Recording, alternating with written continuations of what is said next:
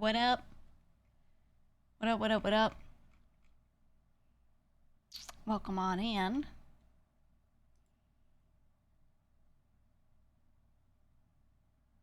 How are we doing?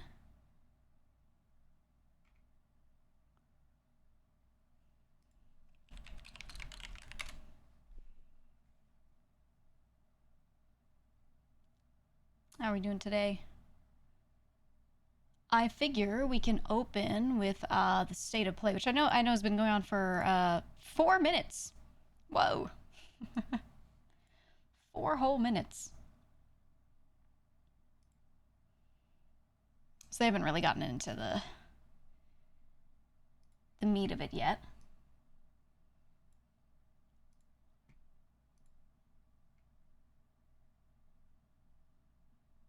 We can do that.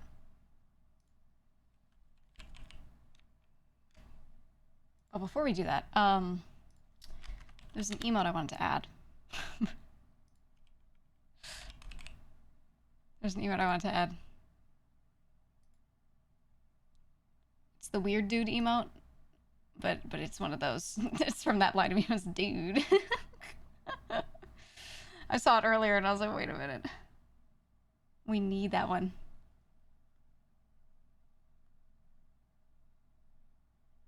We need it. Yeah, we needed him. He's so good. Okay, now that the song is over. Yeah, we could just run into the state of play and watch that before we do any major chatting or anything like that. Let me just wait. Let me get the sound from it. Whoa. Whoa, what game trailer is this? Hold on. Whoa. There's a kid on the screen. Ugh. It's a virtual one, at least. It's a virtual one. Hold on. I'm gonna put myself here, and then we're gonna get the video open. They're showing a Capcom game. Not a bad state of play. Not a bad one at all. I think, it actually just makes me want to play Astrobot. Seeing the update.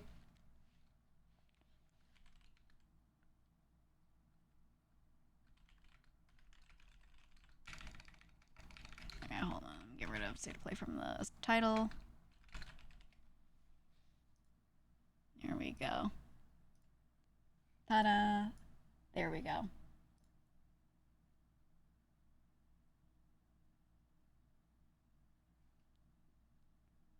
Okay. And now I have something new to show. But I want to set it up real quick. So let me just do one of these.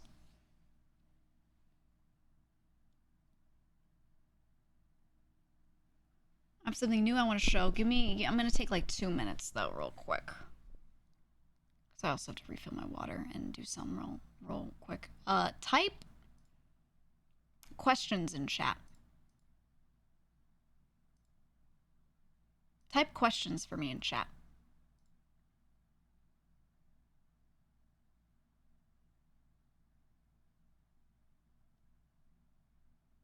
Okay, I'll be right back.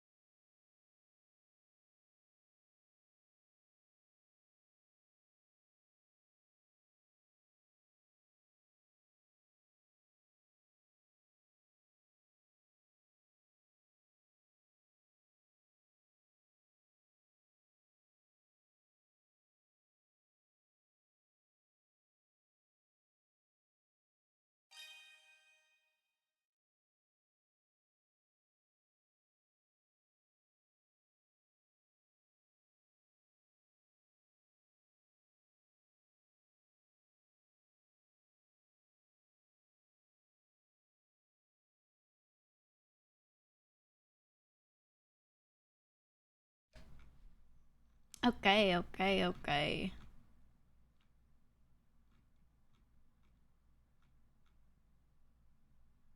I am back. Moo! Thanks. The giggler. Thank you.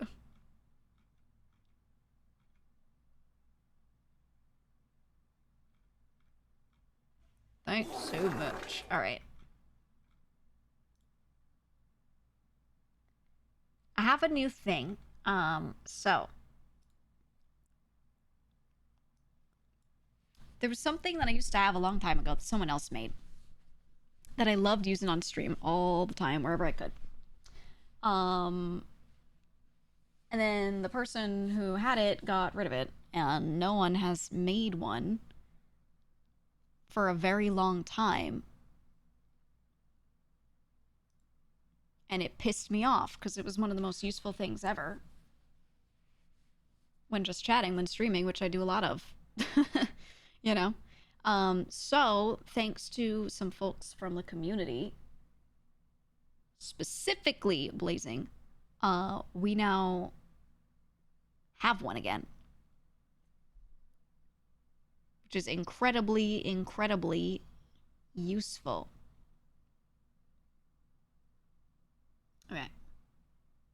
Where's the button?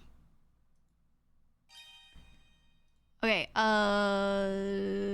so now I can do this. Ready?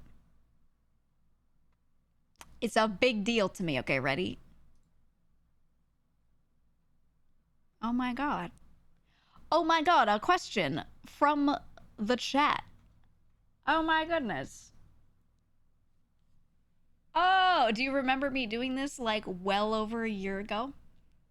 Where I would be able to just bring stuff up, and then when someone comes into the chat and they're like, what are we talking about? And I'm like, oh, scroll up and find the question. No, we could put it on the screen. We can do it.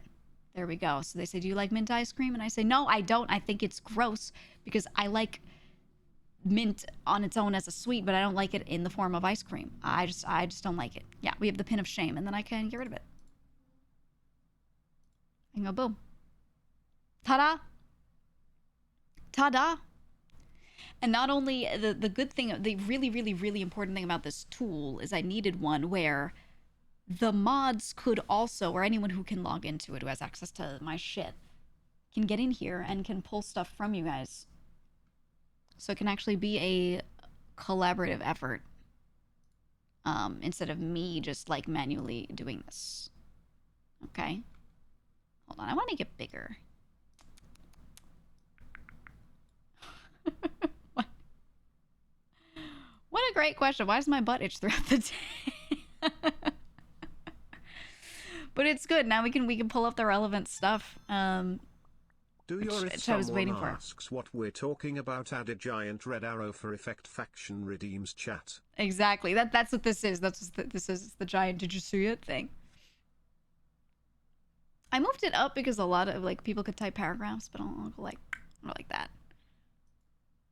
Or like that. Ooh, and then we got another good one. Why does it itch? He probably popped a Hemi, you know what I'm saying? Probably popped a Hemi. Alright, we have a blasphemous question. As an Italian vampire, how do you deal with garlic? Well, I'm not a vampire. People don't know the lore. People don't pay attention to anything. They see teeth and go, that must be a vampire. I'm not. Thank you very much, but I'm not. I'm not. And you get timed out, boom, like that. Boom, for as long as I want. If you type anything blasphemous. If you're like, oh, you know what the funniest thing to type would be? She just said she's not, so I'm gonna say, yes, you are. I'm gonna go, nuh-uh, no, you. Boom.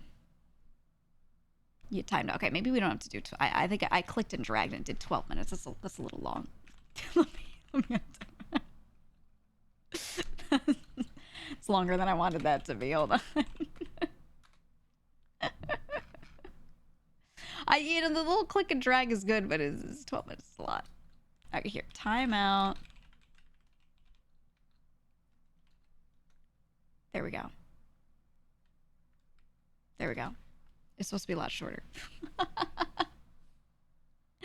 There we go.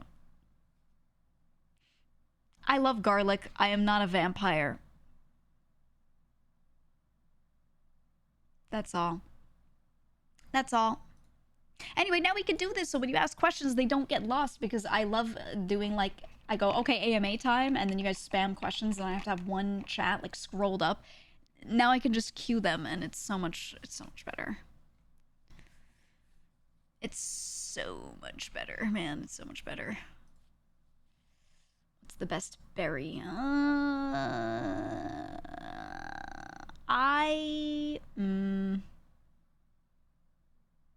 not a berry person. I'm just not, actually. I'm not. So I'll say none of them. None of them. I'm sure there are things that are technically berries that I like.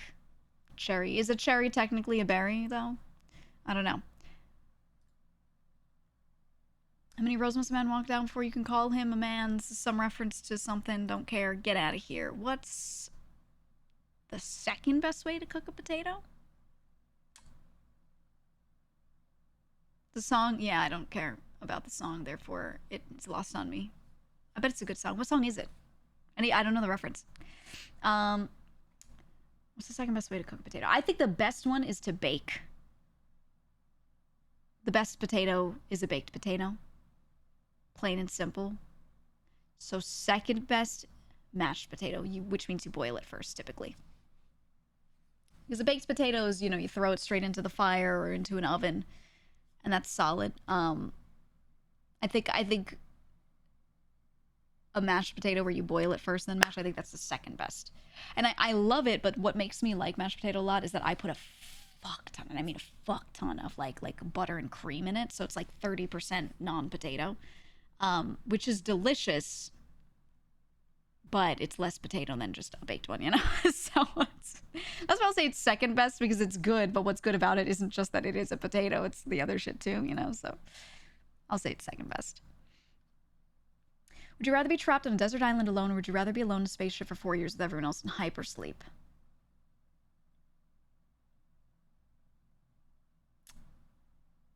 Desert island.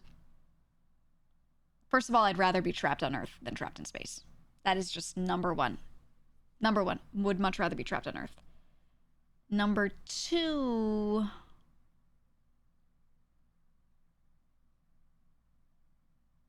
the island, because it would be more dynamic, things would change, there would be weather, stuff like that, which obviously makes it more volatile, more stuff that could go wrong, but I would rather that to pass the time than be stuck in space. Also, the silence of space and the, unknown, blah, blah, blah. I think you'd be more likely to go crazy. I think the island would be healthier. Okay, we got a big one.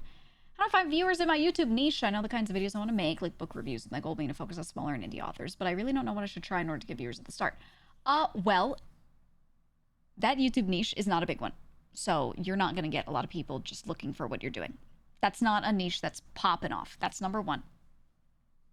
Which means you have to get people in who are not looking for that. Which means your titles and thumbnails have to do something that makes people who are not looking for that want to click. Which means you should bait them into something. But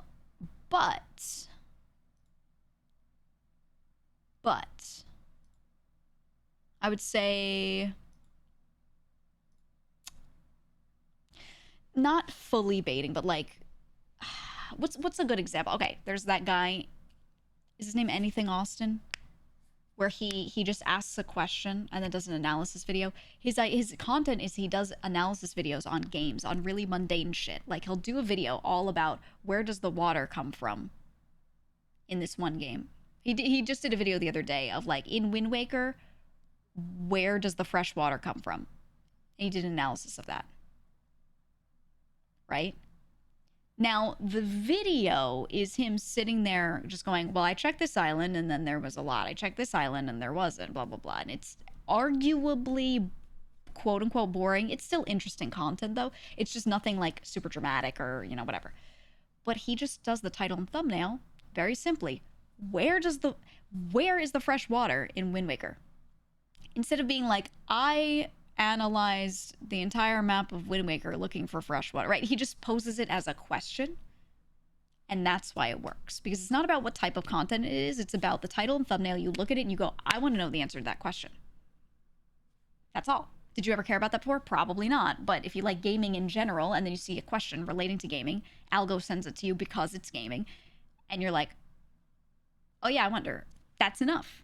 So if your thing is book reviews, right?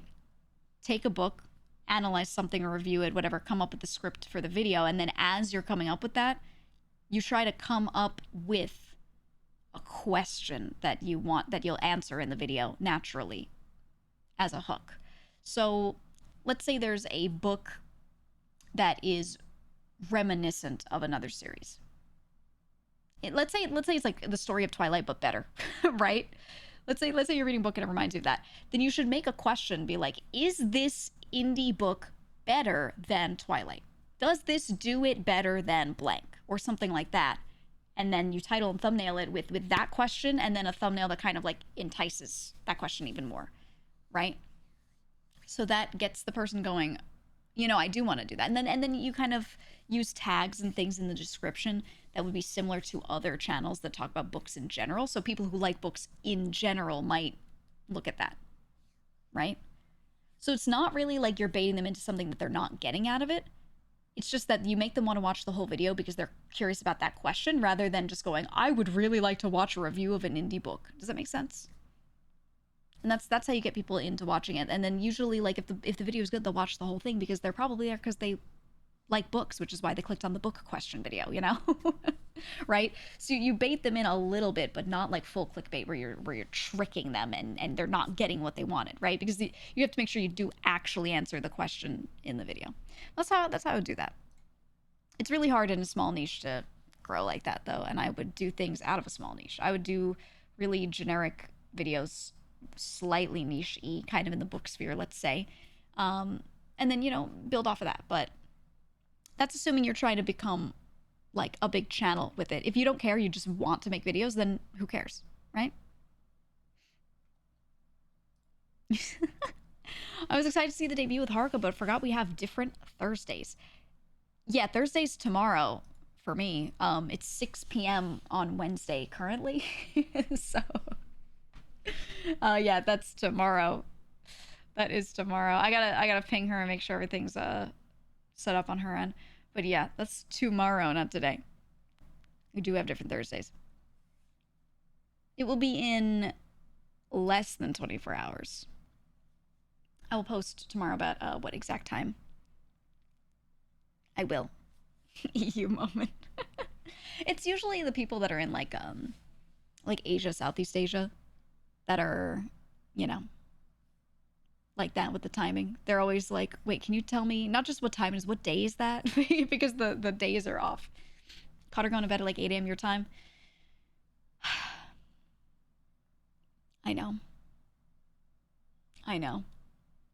So I'll be checking. That's why I didn't want to tell you a time yet, because I want to make sure that she'll definitely be good for it. No matter what, she'll be here tomorrow. But yeah. Yep. Why, gang? Thank you for the 2 or 3 for 22 months. Thank you.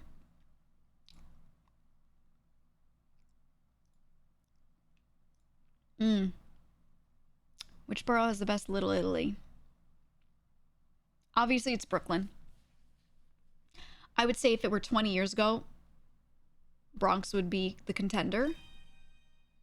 But it's changed a lot over the years, and a lot of those people have just moved to other spots. Hands down, it's Brooklyn. But it's not a specific Little Italy. It's just a lot of Italian neighborhoods that have really good food down there, rather than one little neighborhood I'd recommend. They're all good. Yeah, I'd say Brooklyn. A lot of Italian Americans in every borough, though, still. The one that's in Manhattan it's been, like, eaten by Chinatown. Chinatown kind of formed in and around it, and then is in a circle, a bubble around it. Little Italy is like in the middle of Chinatown now, and it just keeps getting eaten. So, you know, it is what it is. So, do VIP badges show up on the message? No, no. Look at that. You're all equal here. You're all equal in this widget. How big a percentage of chat questions get picked and answered roughly? I have no data on this. I have literally no way to quantify this for you ever. 0. I just pick at random. Like, I want to make that clear. I scan the chat and I'm talking. So sometimes when I'm talking, I'm taking in what I'm reading and I'm really like holding that thought. And sometimes I'm looking at it. But if it's a new question, I'm not really reading it. When I start finishing what I'm saying and I'm ready to pick a new question, then whatever my eyes locks onto, I lock onto. I scan a couple things and I pick out of those couple things that I scanned, okay, let's do this one. There is no rhyme or reason to it. There was one chatter the other day who was like, you answer a lot of my questions, thank you. And I was like, hey, that has nothing to do with you. Half the time when I'm looking at the questions, I try to not look at the username. I just look at the question itself. So that way I don't see a chatter that's like a regular and be like, oh, let me just pick their question over someone else's, you know, no. I just read the text part that is in white. And that's it. That's it. I wish I could update on that, but I can't. I mean, if chat's moving faster that day, then fewer questions that are typed get answered. That's all. That's all. In video games with every waterfall contain a secret or chest behind it. I miss secrets in games. I think a lot of modern games don't really like hide them cleverly, where they don't have secrets at all. So I really appreciate Doom and them always having the secrets that they have. I appreciate a lot of Nintendo games for keeping that up. We need more of that. We need more of that. It becomes more of like a fork in the road thing nowadays, instead of an actual hidden secret. Once humanity goes extinct, what species do you think will become the new most advanced one?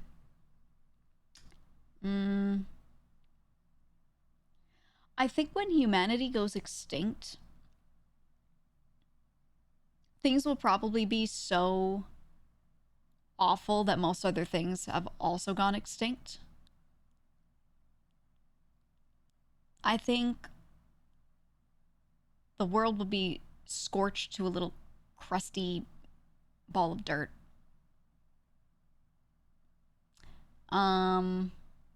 Yeah, bugs will survive. We'll probably still have some vegetation, maybe. Maybe something in the ocean. Maybe humanity will go extinct when there's nothing left but aquatic life. Maybe something aquatic. Several of the sea creatures that are out there are pretty smart, right? An octopus. So Matara. Yeah, Matara will still be here. Okay.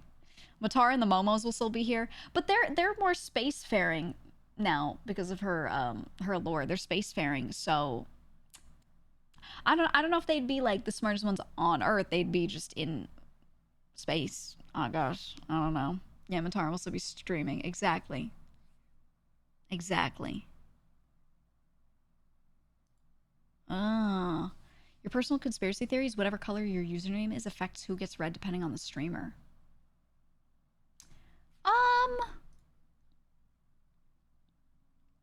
No, I don't use the color as like a way to look at them more. I think all it does is make me more likely to recognize your username faster by like 0.1 seconds. If a mod types and the mod's name is in like that yellowish orangish color, for me, for like 7TV, it's squid.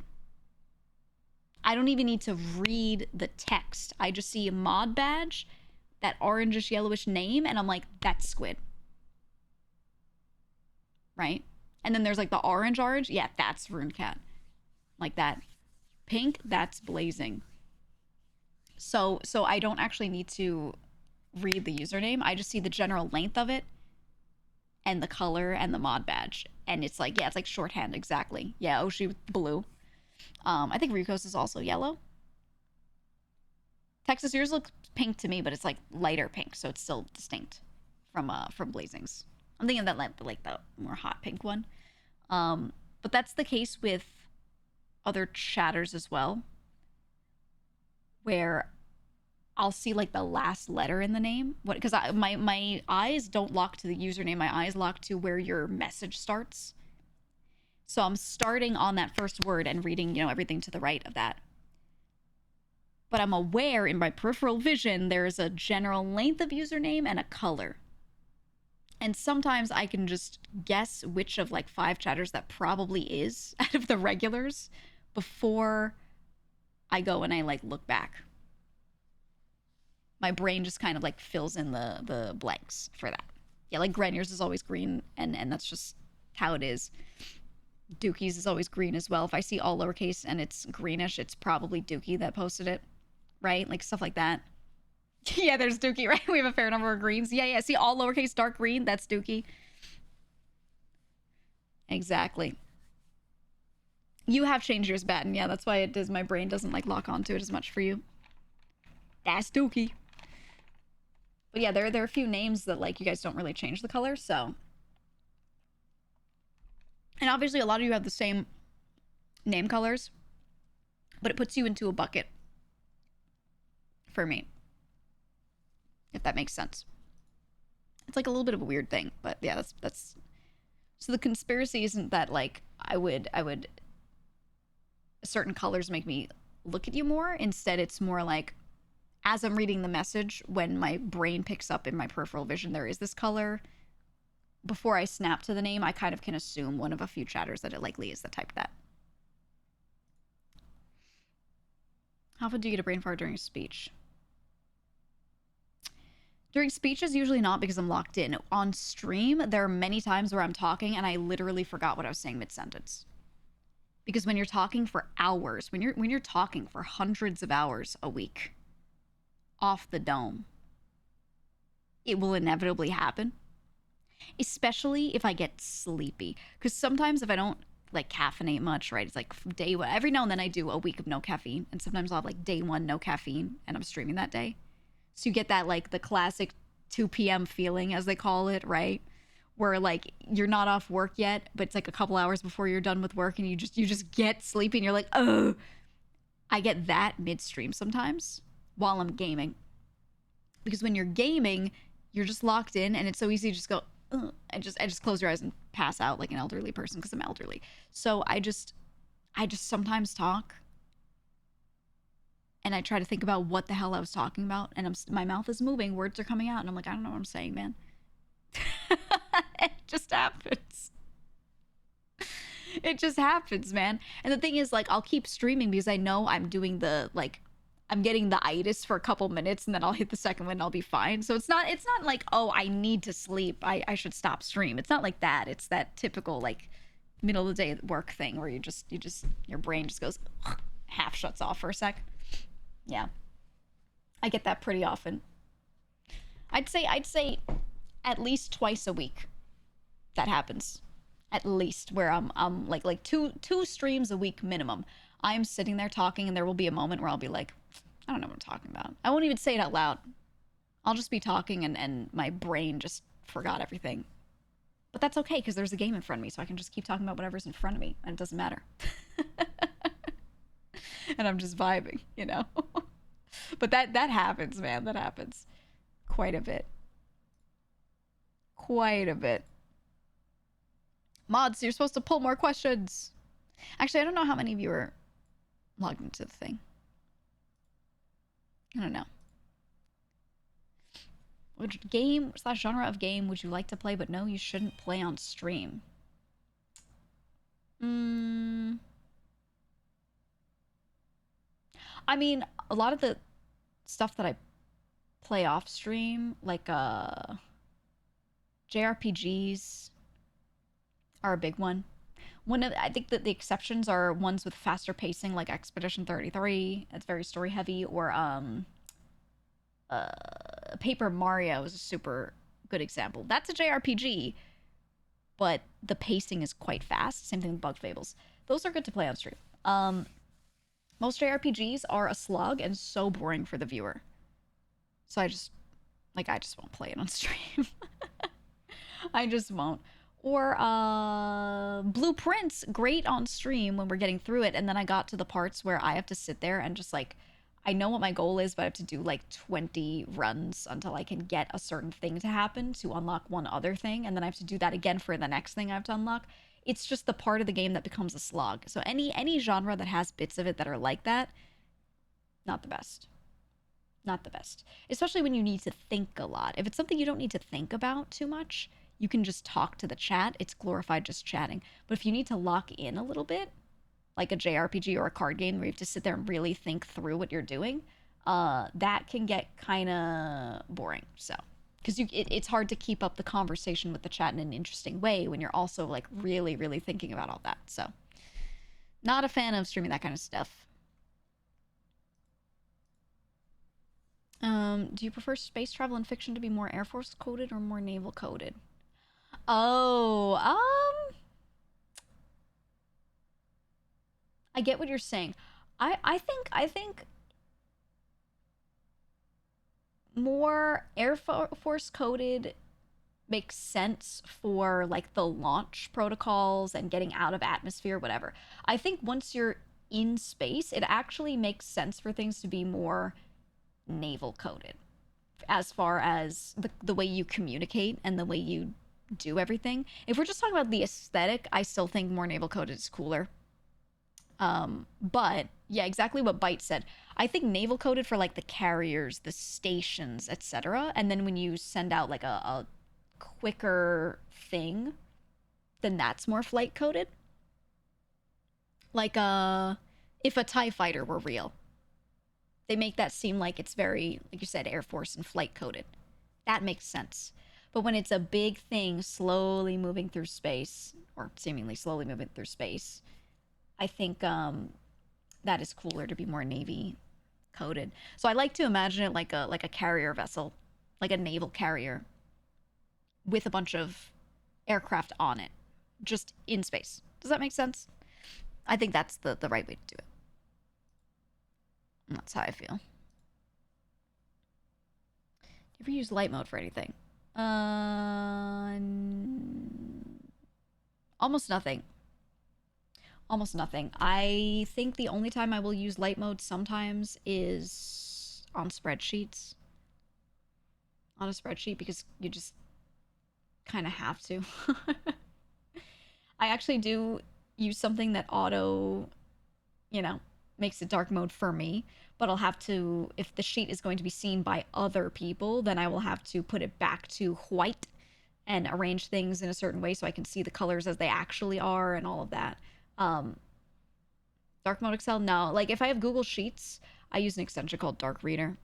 And that I let it just auto dark mode Google Sheets for me. And I also have it kind of brownish, kind of like sepia toned, so that it pulls out, like there's like no blue light. So I can look at the spreadsheet and not burn my eyes. I will just press a button that auto does that. So it sort of like negative colors it, inverts it. Yeah, you get flashbang every day when you go back to light mode though. Because if I make a sheet that someone else is supposed to be interacting with, they're probably looking at it in light mode, so I'll have to go back and do that. But I immediately, as fast as I can, go back to dark mode once I've finished with the colors. You just gotta. You said, ooh. As a creator, at what point does having different types of channels for different types of content go too far? Like if I had an edits channel for videos based off my stream and want to make edits for other creators I watch, should I make a whole new channel for that? It's kind of never too far. It's just a matter of, do you feel like managing all that? On YouTube, so TV channels have a lot of different shows on them. And that works well because of the way navigating to a channel works. There aren't that many channels. There are a few that people get used to, and they just go to that channel and see what's on. People don't do that on YouTube. They look for a specific video, They look for a specific creator, not the overall channel. They look for the creator, and that's how they kind of find things. So it, don't think of it like a TV channel where you can throw all this stuff that's mildly related together and it'll work, right? YouTube also rewards you for giving people more of the same. So, and people's behaviors like that too. When you watch a video and you really like it, you find a new creator and they have a certain type of video format, you watch one and you're like, I really like that. The behavior is, for most people, click on the channel, hit the videos tab, look through all their videos and find more of the same, to watch more of the same. You want to watch, it was a 10-minute video and you really enjoyed it, you want another 10-minute video of the same type of thing. That is what almost everyone does. Yeah, classic binge watching. So, because of that, you are rewarded by making your channel have a lot of the same shit on it. And you can have some different series and things, but they have to be very similar.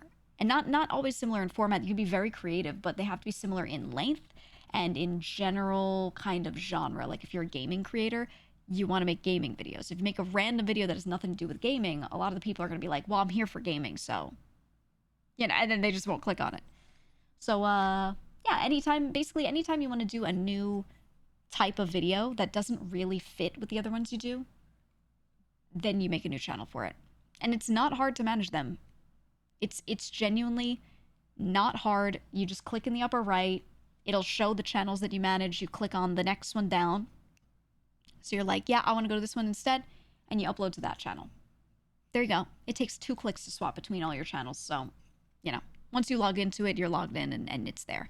So I don't really think that's a difficult thing. So I would basically make a channel per series unless the series have something heavily in common. It's just how you got to do it, man. I have 4 channels. I have my main, I have my highlights. So main is just stuff that I do for YouTube. Highlights focuses more on only things from stream. Then we have clips, Daily GEEGA, which is just clips. And then we have the VODs channel, which is VODs. All of those are quite different. I think the main channel and highlights have the most overlap, but I still keep it separate because some random game that like isn't popping, if I want to make a video about it, instead of putting it on main, I'll put it on highlights. It's like, it's a little easier to just put throwaway stuff there, you know what I mean? So, that's how I do it. That's how I do it. What's a skill you have that you wish more people knew about or did? You know, there are some things that I just can't tell you about. There's some things that I just can't tell you about because they're so specific and too personal that I think I shouldn't say them. Like, if you do something ultra specific and you don't want people to, like, know everything about you, you shouldn't say it, you know? But I really wish I could sometimes. Yeah, like being a shit man, exactly. So there's some things like that I wish I could talk about, but I just think it's not a smart idea. So I don't. Yeah, for my own safety, but I wish I could. So I would say those. I know that's vague, but those. As far as stuff that I wish people did, really simple. I wish people read more. I think a lot of people that like video games and are like, oh, I don't read though, depending on what kind of games they like playing, it's a really key indicator to me that they would actually love reading. They would love reading. They just can't get themselves to do it because they've never been in the habit of it. They can't really get their brain to lock in. They'd have to sit there and really like train themselves to like it a little bit. But I think I wish more people just liked reading, plain simple, as a hobby, because what I see with a lot of people that play games in general, they're in it for a lot of story-based stuff. They just don't want a movie because they want something to be a little interactive. I find you get that out of reading because when you're reading, you are imagining what's going on. You are pacing yourself through the book instead of just sitting there and getting taken on a journey of whatever the director wants you to see exactly, you know? So I find that reading has a lot more creativity for your brain there, which gaming also has. When you're playing the sort of game where you're finding out the story by going through it, you're being a little more interactive. So if you like games that are pretty story heavy, if you liked Outer Wilds, for example, then I think you would like reading, straight up. Kavix, leave the raid. almost said the party because it says rating with a party of. My brain locked in on that word. Thank you for the raid. Welcome on in. We're doing Q&A. But yeah, TLDR, I wish more people were like really into reading, because some of the greatest, most amazing stories that are better than anything I've seen in movies, whatever, are just from books. And I really, really, really, really wish more people were exposed to a lot of them. Like I say it all the time, you should all read The Count of Monte Cristo. I think it's my favorite book. It's hard to pick a favorite book. I bounce around a lot, but that's, if we're talking about classics, I'll always pick that one. It is the best revenge story, the best one. It is incredible. It is wonderful. It's a classic. It's a classic for a reason. Okay, everyone should read The Count of Monte Cristo. Yes, the sandwich. Everyone should. It's just an amazing one, and it's super well written, and old book that holds up well. So read it. That's all. I wish more people liked reading. And yes, we do have a book club. Our book club is popping. Our book club's really good. So you should consider doing that. I was using my GameCube controller that I exclusively used to practice Smash Bros. Melee make my hands itchy. brother. Skip. Will you ever play Metal Gear Solid or Splinter Cell Stealth kind of games on stream? I feel like we already have played some kind of, sort of. I will say, never ask me if I'll play a certain type of genre, because I do not pick games based off of genre. We play a bit of like everything. If you have to ask, has she played a certain, blank genre? The answer is always yes. I've played a little bit of everything on stream. I don't know. Ask me about a specific game or something. Yeah, we had Raw Metal. Exactly. Raw Metal was really interesting. I actually want to play more of it. You're in America, and as a group of people show up. Actually, I'm from the underworld. To listen to you talk on a regular basis. Have you ever considered forming a religion to get the tax-exempt status? I think if I did that, I would be investigated and found out and charged with something. Personally. If I actually wanted to legitimately make a church, a religion around myself, if I legitimately wanted to do that, I wanted to become somewhat of like a philosopher, right? And preach my tenets, whatever. I still think that would be a slippery slope if we're talking in all seriousness. As a meme, I would fucking love to, though. But yeah, it's too much effort. I can't imagine that the amount of time and effort I'd have to put in would make me enough money in savings from tax exemption that it would make sense. I think I'd make more money just like streaming more. Full honesty there. I can't imagine that it would be like worth it from that if I were doing it for that angle, right? GEEGA, who art in twitch.tv, hallowed be thy game, thy kingdom shrimps, thy model we glimpse, on earth as it is the underworld.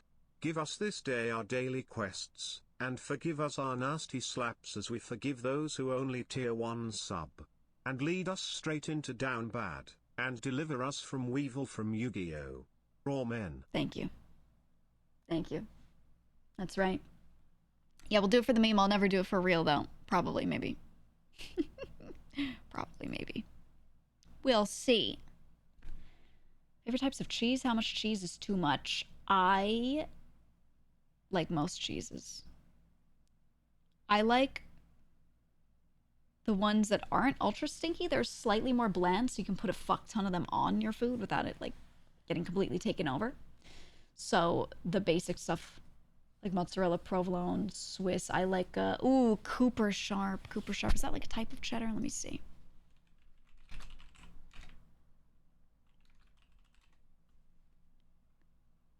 Is that like a... I think it's like... Yeah, it's an American cheese, technically. It's considered cheddar forward in flavor. It's really good on a sandwich. You just melt a fuck ton of it down on there. On like a Philly cheesesteak. Ooh. But the ones that are a bit milder, so you can put a lot of them on food, that is my favorite. Because I like a lot of cheese. But if you have a really stinky one, then I feel like it's too much, and you should just eat the cheese alone. You shouldn't even eat anything with it, you know? Heard's the best for cheesesteaks. 100%. Hands down, the best. Yeah, it's so cheddar forward. I like Cooper Sharp, man. It's the way to go. If not streaming, what would your occupation be? Exactly what I was doing before. Without giving too much detail, it was in tech / business / a lot of related stuff. I would still be working in tech. I would be doing that forever. Yeah. When I started streaming, I was still working, and I was never planning on making this my job. I was just doing this as a side thing for fun. And then I got very ill and had to stop working, but I could still stream, and then streaming worked out when I went full-time. I was thinking I would go full-time and then I would come back to tech, but it worked out, so, you know, there I am. Here I am right now. But yeah. Yeah, me having one ball brought it all together. Yeah, it just kind of worked that way, but I realistically was not, I wasn't trying to make this work, it just did, if that makes sense. Favorite Pokemon? It's hard to pick because there's 5 billion of them. It's hard to pick one. It's hard to pick one. I would say Gengar is up there. Gengar's up there. And I always liked Typhlosion. I liked Silver. I played Silver. And I picked Cyndaquil. I liked Typhlosion. And you know what? Sudowoodo. I love him. I'll pick him. Ooh, we got an ad. Hashtag ad. By the way, chat, you should link your Discord and Twitch together to get more points in your dailies. Go to GEEGA.app to check your connection status, dailies value, faction points earned for the month, or if you own any NFBs. That's true. That's true. If you want to interact with all the points stuff, we made a thingy, made a platform here where you can go in and link your shit together so that anything you do on Twitch also works for all of your points on Discord. They kind of go together because Twitch and Discord don't have a good way for you to link them together in a way where one of our systems could see it. They actually block that, so you have to go to our app and let us know this is me and that's me for both platforms, and then we can link all your shit together. There you go. There you go. Thank you for that, Ben. Where's the poop review channel? I kind of want to make one. I thought about just doing it on highlights, but I don't know if it's like a bad idea. So I thought about making a 5th channel, and it's just the throwaway channel. Complete throwaway channel. And I do shit posts and or just rants. I just hit record and I complain about something and then put it on there. That's it. An actual throwaway channel. I've thought about that so many times. Maybe. Oh, about the book club. Is it reading specifically or audiobooks also included in that? Okay, it's just reading as far as the copies everyone shares to each other, but if there is an audiobook version of something that they're reading in there, I don't think the book club would be opposed to that at all. It's not like everyone sits around and reads together or listens to an audiobook together. It's a thing where they meet weekly and you just show up. So if you get the story via audiobook, as long as you're getting the same story, I don't think anyone would care because they're just there to discuss what happened. Yeah, there are multiple regulars that go audiobook. Exactly. I remember one person commenting that they did the book club, and what they did was they listened to the audiobooks while they were driving to work. So they would listen in and absorb that and then show up to book club and be like, yep, here's what I learned on my drive, which I thought was nice. So yeah, that's totally fine. So if you're not a big reader, like you don't like to sit down and look at the page and read, but you like stories, you could just do that. Easy.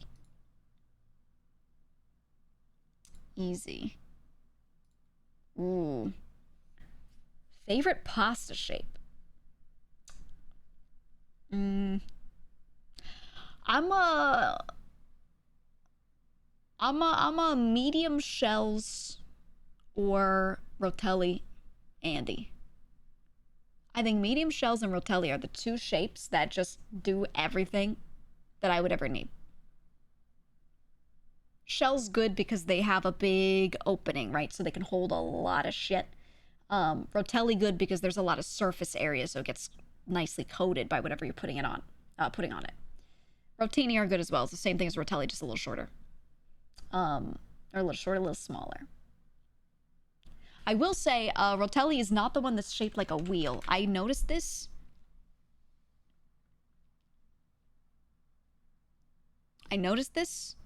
Because I was talking to a friend about what rotelli is, and they were like, oh, those are the ones that are shaped like a wheel. No. I know there's one brand that does that. There's one brand that is like, that I've seen around that is like, this is rotelli. And I've seen some people say that that's what it is. But everyone that I know, when they say rotelli, they just mean that corkscrew shape, and it's the bigger one. Rotini are the small ones. Okay? That is all. That is all. Got it? That's what rotelli are in my mind when I say that. What do you think the future of VTubing will be? Do you see it moving beyond streaming and entering mainstream entertainment? It already has in Asia. It might happen. In Asia, we've got groups like Plave. Plave is the big one right now. So in K-pop, there's a group called Plave. Okay, it's a bunch of people who can sing and dance. It's 5 dudes who are very talented. But instead of being an idol group where you see them, they are real people doing the typical K-pop idols thing. Instead, they are VTubers. They have 3D models. They put on full body mocap, and they do everything mocapped. That is it. They do all the same content that any K-pop idol will do, which is like stage performances, making music videos, going on music shows. They record themselves doing like a whole thing, and they actually do it live. They genuinely sit there and do it live in a room, and then just broadcast the mocap the same way any VTuber would to the screen. They do like variety shows like that, everything. So they're an example of just doing exactly the same normal shit that any K-pop idol does. They just do it as VTubers instead. And they don't call themselves VTubers necessarily. Sometimes they kind of do. Let me find a image of them. I will say, I think they're really good. They sound really good without revealing like who they were. Some people in this group are singers that I've heard before, people that I've been a fan of in the past, and then I hear the voice and I go, oh, you know. So this is for some of them sort of like their second crack at it. And they're people that I always thought were really good, you know. So, but they have like really good quality mocap actually. I think things will continue along so long as the tech gets better. The thing is, the reason why this is possible is because these 5 people all live near each other. So they're in the same room doing mocap together. So if someone's wearing a mocap suit next to someone else wearing a mocap suit, they can high five and you see it happen. With VTubing right now, especially in the West, most VTubers live very spread out.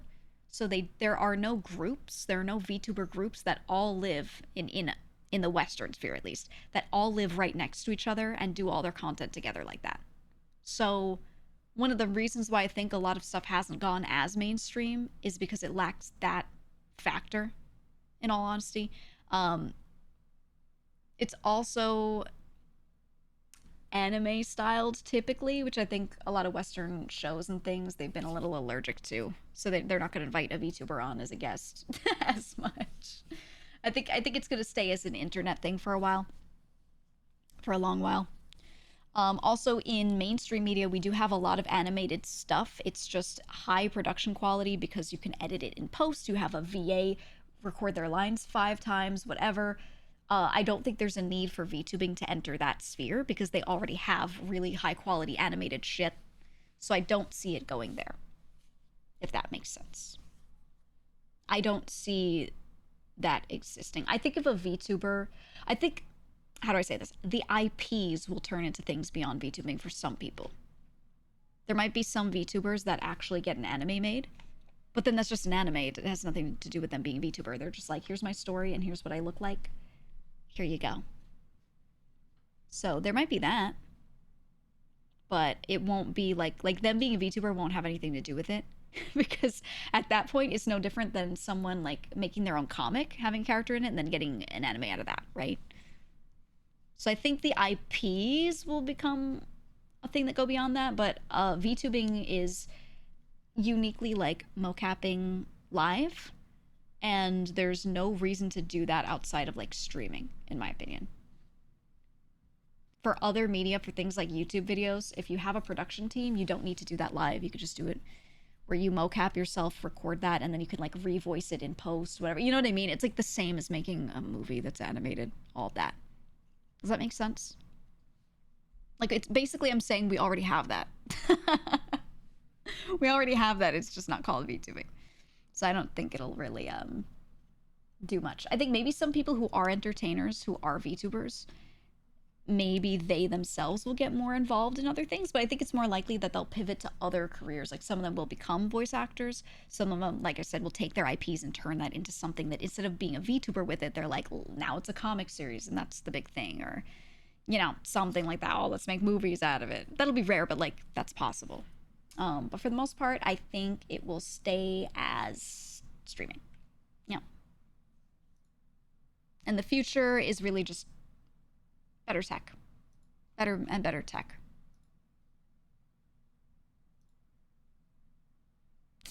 Ooh. What's your favorite Korean movie? For me, I really love Memory of Murder.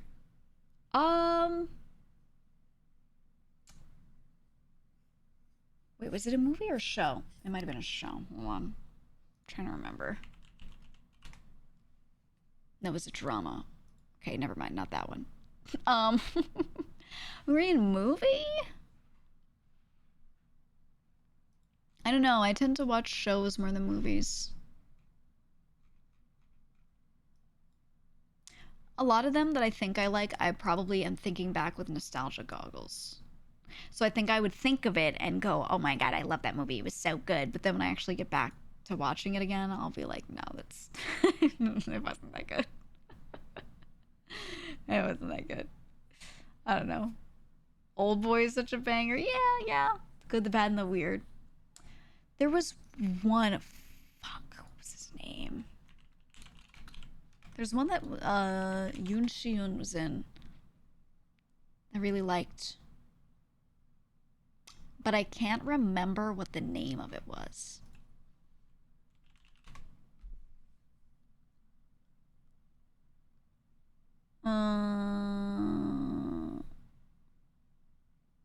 Oh, it was called A Birth.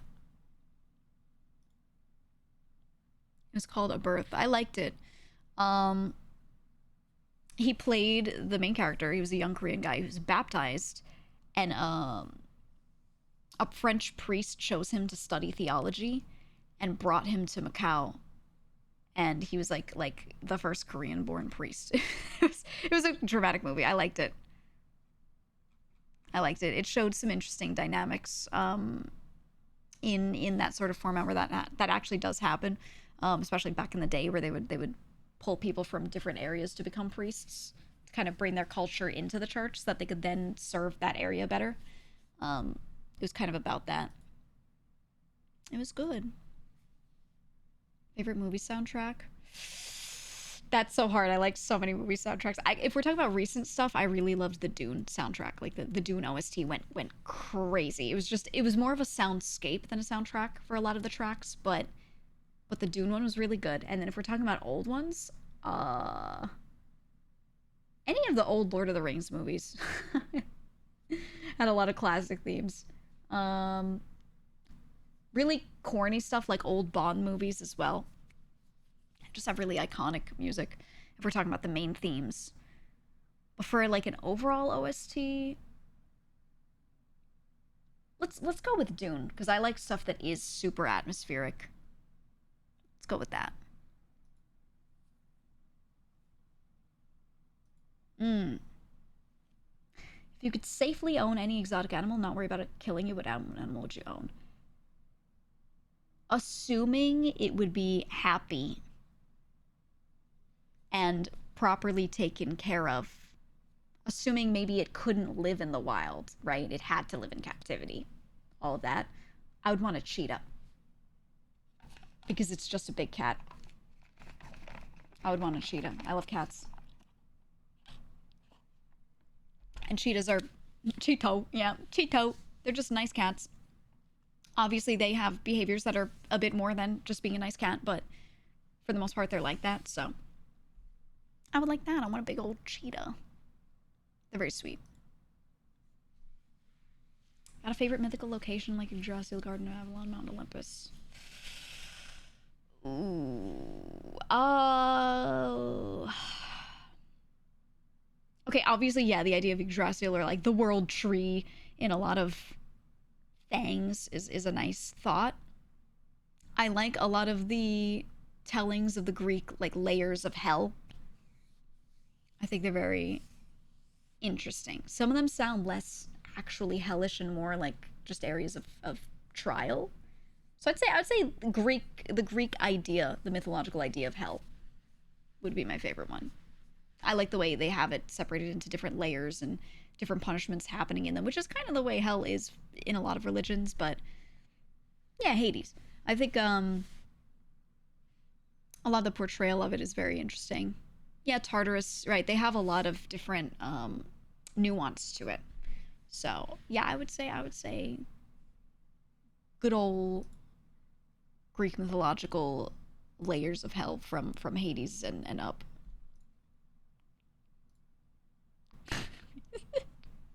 Just showing off that anime zero with the emails work in the widget because it's very hard and you should all be impressed. Wow, Blazing, that's so cool that you got that to work. Wow. Wowee. Wowee. Everyone clap. Everyone clap. He worked hard on it, okay? He worked hard on it to get it to work.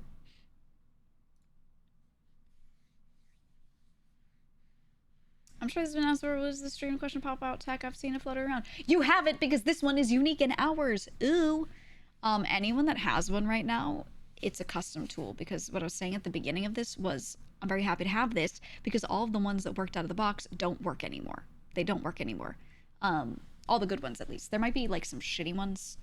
If you find a good one that's out of the box, that's great. I haven't found it. But yeah, it's all just made for this. So it's a custom one. Yay. Yay. It's the VTuber equivalent of E3. There is none. There is none. There might be some companies that have their own little events like that, but there just isn't one. I would say it's impossible for VTubers to do this sort of thing because no one's projects come together until they come together fully and are ready to be done. So when people get their models done and then they have assets for it, whatever, typically everything is getting finished. And then once the last thing is finished, boom, you're debuting it like within a week or two. Because you're constantly trying to get stuff put out as fast as possible. Time is always of the essence. Whereas with something like E3, they have a lot of gameplay footage to show, for example, before they release the game a year out. In VTubing, there just isn't that, because if you show... When you do like a new model, let's say, the only thing to show off is the new design. So if you tease the new design, you've already told people what it is, and now you cannot hype that later very much. So there's no, it like ruins the marketing and hype cycle if you like show it too early. So that's why no one does things like this. Also, people don't know what they're doing. People do not have their year planned out, like at all. So you just can't You can't. And things never go to plan. So if you say, oh yeah, I'm going to do this year, never happens as you want it to. Never does. So track your full body movements of 2D does not, no. Never does. It only tracks head. So if I turn, I am only, okay, not to break your immersion, I'm only turning my head right now. So, like this, I'm only turning my head, yet everything else moves, so that's how 2D works. That's just how it is. Yeah, you said E3 is basically commercial, sell things, a model debut isn't really selling something. Yeah, there's no reason to centralize all of that. If there were a VTuber E3, there would also be like a celebrity E3 for general celebrity shit, and there isn't. They just have awards shows for media that they already made, and then they have film festivals to show off films, etc. There's no like, here's what every influencer or creator's releasing this year, you know.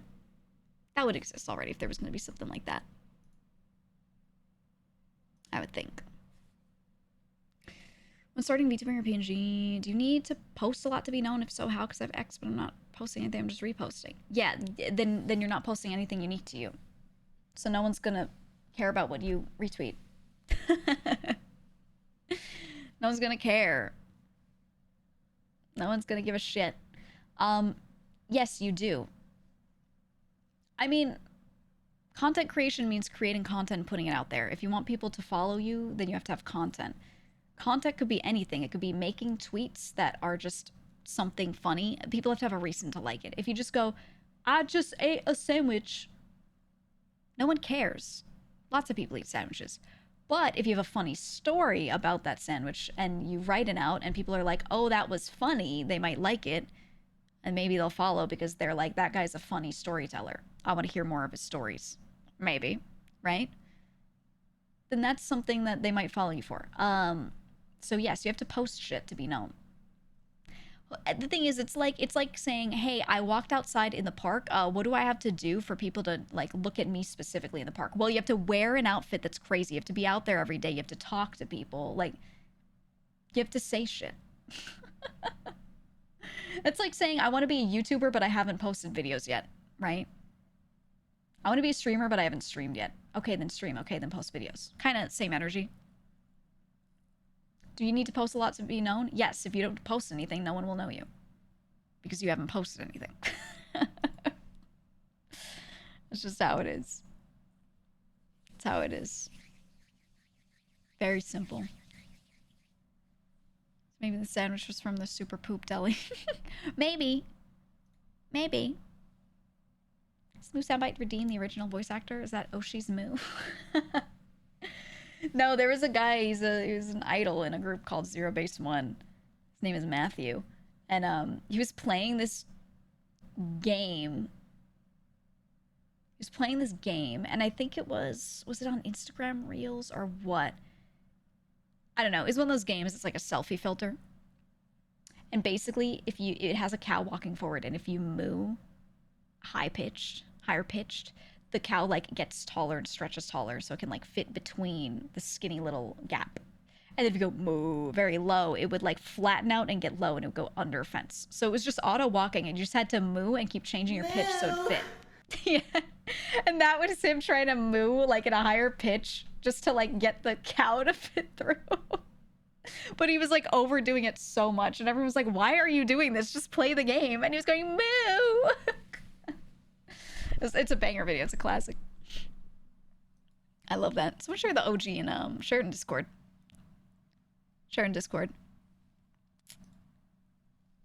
Do you get motivation for content from other creators? Any recent ones come to mind? Oh, all the time. I think most content is people looking at something someone else did and going, me too. Right? It's just wanting to do a thing and then seeing someone do it well will make you want to also do that thing well, right? You might take some notes. I get motivation from not necessarily like the content people are making, but the way people speak or the way people act, the way someone delivers a joke. I hear that and it's like, it just motivates me in general. It doesn't make me do what they're doing. It just motivates me to do. Does that make sense?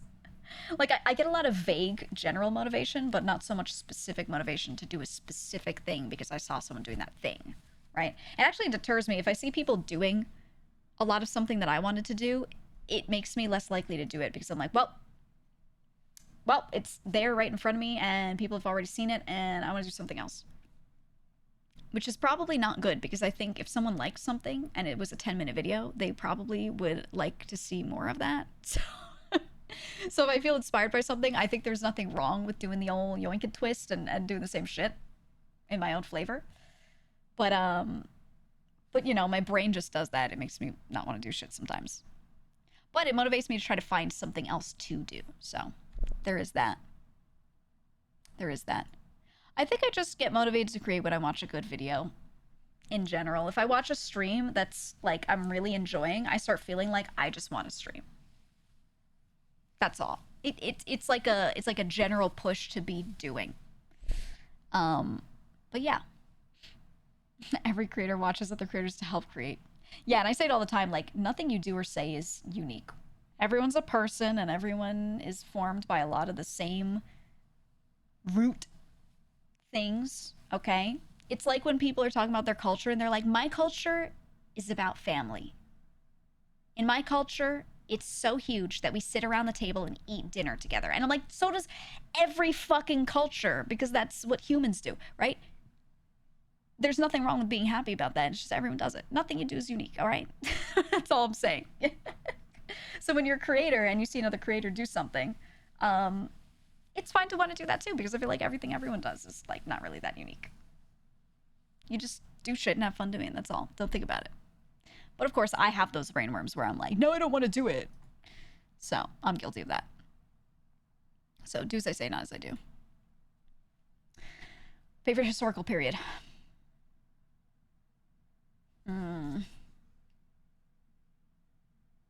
That's really tough. Okay, I love, if we're talking about just reading about it, studying, etc., I love actually not going that far back. From like the 20s through the 80s, but specifically like 60s through the 80s, and going through all of the lead up to and follow through of the Cold War era. I think Cold War era everything is the most interesting for me. And a bit prior.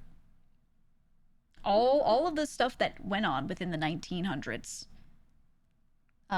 There's so much interesting stuff to study, and it's also the records of it are better kept because it is more modern, so there's a lot more nuance that you can get out of studying that period.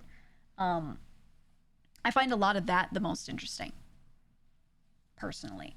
I do love older history as well, going back into more ancient times, or a lot of like 1600s stuff can be super interesting too, but I find, I don't know, Cold War era history is just my favorite. Spy stuff going on in the Cold War, it was fucking bonkers. Yeah, that's what I'm saying. Have I got a YouTube channel for you then? I probably already know it. That's like it's my little special interest. I think there's so much cool shit to learn about from that kind of time period. There's a lot of, I would say it's good for people to like history, be interested in it. It's good to look back at older things. But I think it's really good to especially study things that are not that far removed from us time-wise, because I think it makes it more realistic, right? And learning from history, learning to not repeat mistakes, I think people are more likely to learn that this is very real and possible to happen to them, etc., if it was more recent and we have better record of it. And they could see like slightly more modern people doing this terrible thing that you should not do, or whatever it is. I think there's a lot more to learn from that, or people are more likely to actually internalize the lessons from that, because when people read about these terrible things that happened in medieval times, they like to imagine people as so different from us right now, and they like to imagine those people as like, they were so different from me because that was ancient times and I would never do that because I'm a modern person, blah blah blah, when really we're all the same. But I find that it lets people separate themselves from that and pretend that they're not part of the same like humanity. You know what I mean? And like they're not capable of the same awful shit. So when you study Cold War era, right, where things are like, you know, your own parents, grandparents, etc., were all around during these times. People you might know might have been in the military at that time, etc. I think that brings it closer to home. Therefore, there's more that people might maybe actually learn from it. Do people actually learn? On average, no. Usually not, but you know, I think it's good. People almost act like old history is fiction. It's true. They read it like it's fiction. Yeah, and when you read a lot of older stuff, I find that like you see a lot. This is the reaction you see. People will read about some guy in the 1200s talking about banging his wife, and they'll be like, "Ha ha ha, they're just like us," and I'm like, "Yes, yes." They're literally just like us. You're the same fucking people. Not much has changed. Like, yes, that's the point. But they act like they're like another species. They act like they're looking at like some type of like ape that is doing a human-like thing and being like, haha, we're so similar. Like, no, that's literally a human, okay? Like, little Timmy from the 1200s would have loved Skibbity Toilet, okay? You're no different. It's just how it is. So I really like a lot of more modern, close by history. Number one, because the record keeping is so great. But number two, because there's just a lot more that people tend to take away from it and learn from it. Mm-hmm. Skibbity Chamber Pot goes crazy. Goes insane. He said they're not like me. I've never banged my wife. Dog said. Oh. Oh. I'm sorry, chat. I won't mention wives again. Everyone will cry. I've been laughing so hard because I have a couple streamer friends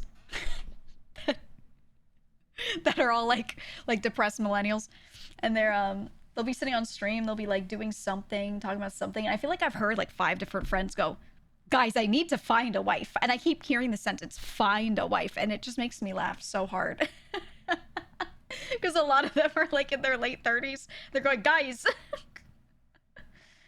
Guys, I need to take a wife. I keep hearing this from like streamers. Oh, it's so funny. Oh my god. Oh my god. Looking for her in between the couch cushions, yeah. Papagona was over his art despair journey. He's one of them. He's one of them. He was talking about getting his new apartment and he said something and he was like, "I gotta find a wife." And I'm like,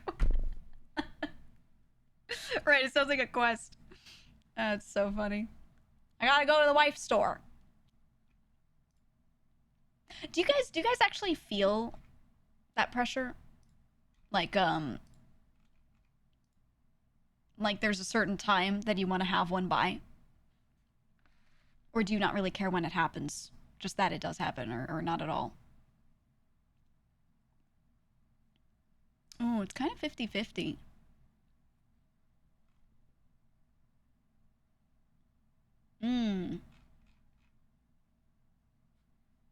Only externally. Coming from a traditional family, it's not that easy. Yeah. I'm saying yourself, not the external pressure. Just do you yourself feel that? Like, if they weren't around, would you care? If you want kids, there's kind of time limit. Well, oh, yeah. I think that's the biggest factor. If you do want kids, yes. Because even if you can have kids, you know, there's studies, a billion of them, showing that the older and older you have kids, the more likely you are to have various issues medically with the kid, or if it's not medical, it's just harder to be a parent when you're more and more tired, right? Like being more young and physically apt for your young children is just better if possible.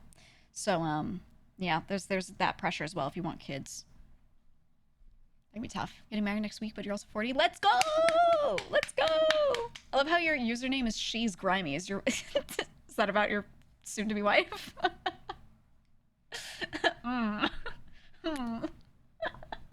Congrats, man. Congrats. Congrats. You just want to be a wife guy? I get that. I get that. Going into like your dad era, whether you have kids or not, just wanting to be like domestic, wanting to be a married man, come home, you have a wife there. And you're like, "Hello, it's me in my polo and slacks." You're the she? It's her. She's grimy. Hey, congrats on the husband or wife that you're about to have. Can't feel the pressure to find a wife, already have a wife. Oh, Mr. Braggart in here. Okay. All right. Ooh, we got a wife haver in the chat. Me. Yeah, he's fucking bragging. Jesus Christ.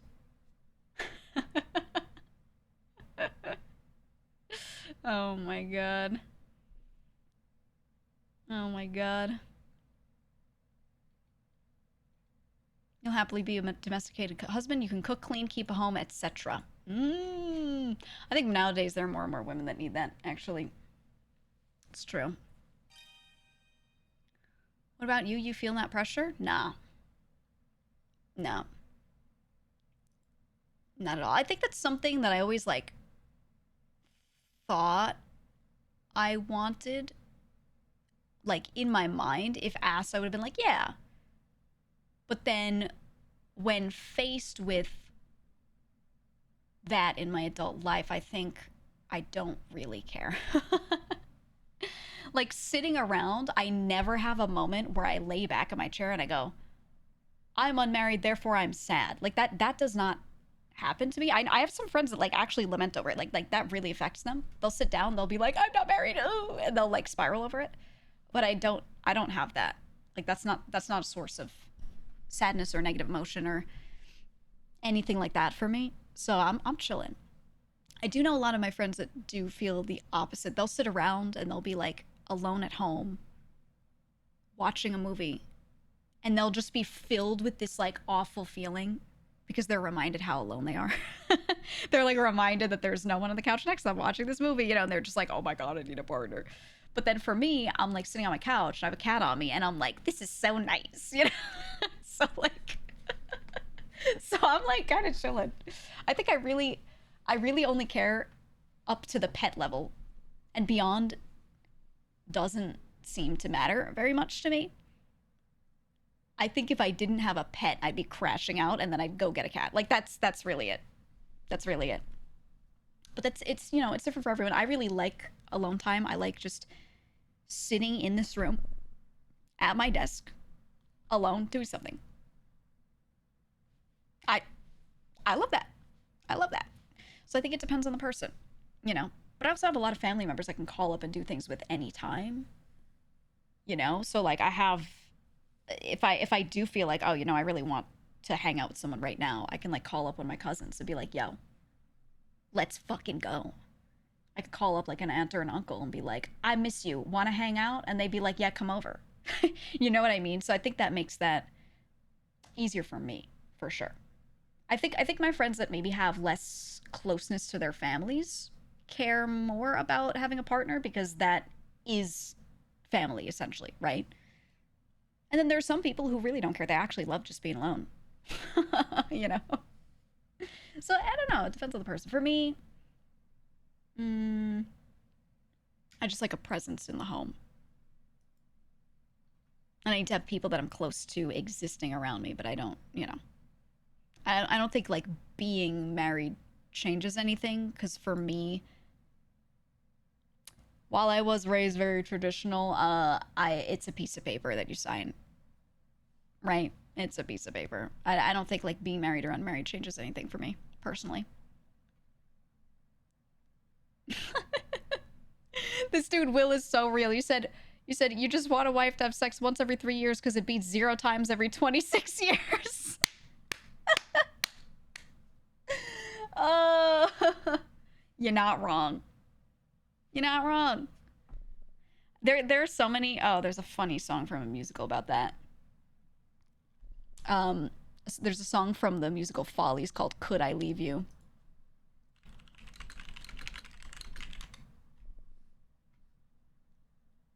That you just reminded me of it.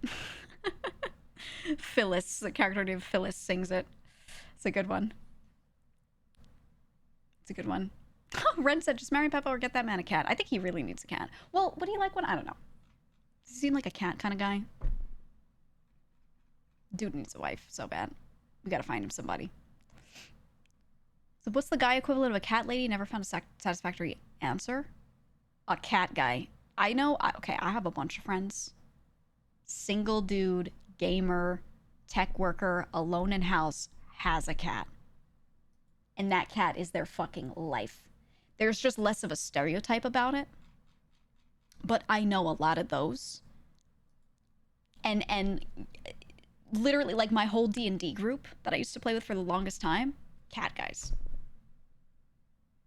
And they're not like, I would say the women, they're like cat girls, you know, cat ladies. They maybe post more about their cat. They'll post a video of themselves be like kissing their cat on the head, whatever. So it, you know, that stereotype is perpetuated. I would see the same shit. I go to a friend's house. They're like DMing, right? And they're like, oh, yes, can you roll a perception check, whatever. Their cat jumps up on the table and they're like, hey, buddy. Kissing the cat all over the head. And like, and you can just tell that cat's like their fucking life, their whole life, you know? I feel like I've seen a lot of that. It's just less stereotyped, but people love their pets, man.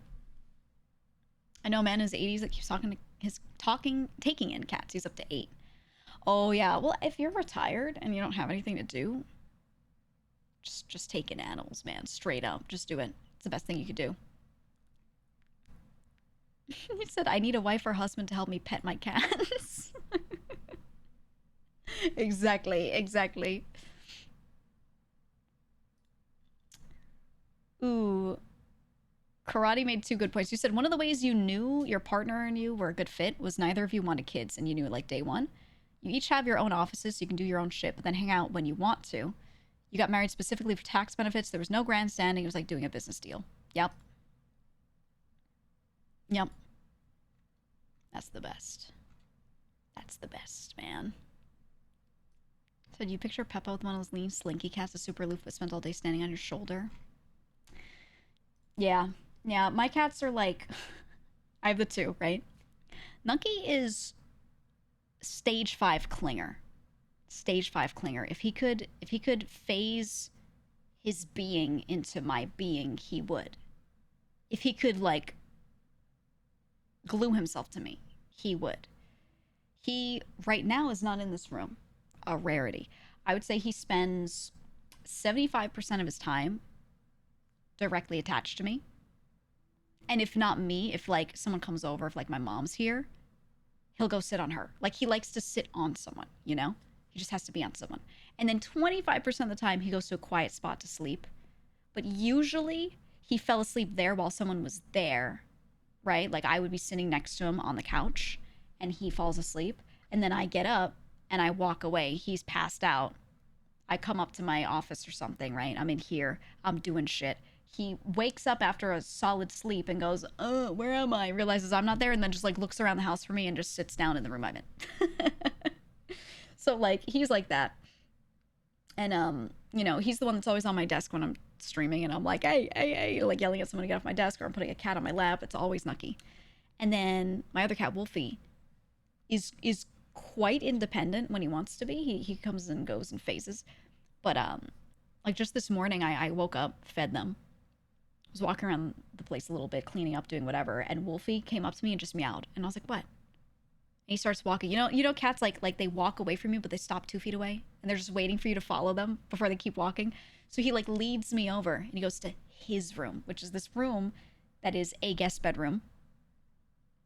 But for all intents and purposes, it's his room because he sleeps in there, and he likes to sleep in somewhere in a place that's like silent, which is why he's never in here when I'm like streaming or playing games or whatever. It's not silent. He likes, you know, a nice relaxation room. So he goes to his room, aka Matara's room, when she comes over. He sleeps in there. And then he goes into this other room and sleeps in that other room. He just sleeps and relaxes, and then occasionally wakes up and comes in here and like wrestles Nucky and then goes back to sleep. But then when I'm not streaming, I'm like walking around doing stuff, then he wants to hang out. So he just comes up to me and like, you know, but he's a very aloof cat. He's a cat that likes other cats more than he likes people. But occasionally he gets in a little mood and he comes in here and just stares at me. And unlike Nucky, who comes up and like meows at me and like paws at me and stuff and like is really annoying about getting my attention, Wolfie will sit on the opposite side of the room silently in the corner. I won't hear him come in. I'll just look because I feel eyes on me, and I turn and I just see him sitting there staring. He's literally just peepo stare, and I'm like, okay. And then if I walk over to him, he'll be like, huh, meow, and rub on my leg, but he just stares until I notice him. I think he was fostered before I got him. And I think because he was fostered in a foster home with a lot of cats, he was used to like not being annoying about getting the person's attention. Like they're busy, I'll just go hang out with the other cats kind of thing. And that's just what he got used to. So, yeah. Yeah. Our door's always open so the cats can go everywhere. Pretty much within here. They don't go outside or anything because they would just end up in a hallway, which is scary. They can go anywhere. Occasionally, I will close my door when they're being like extra bad.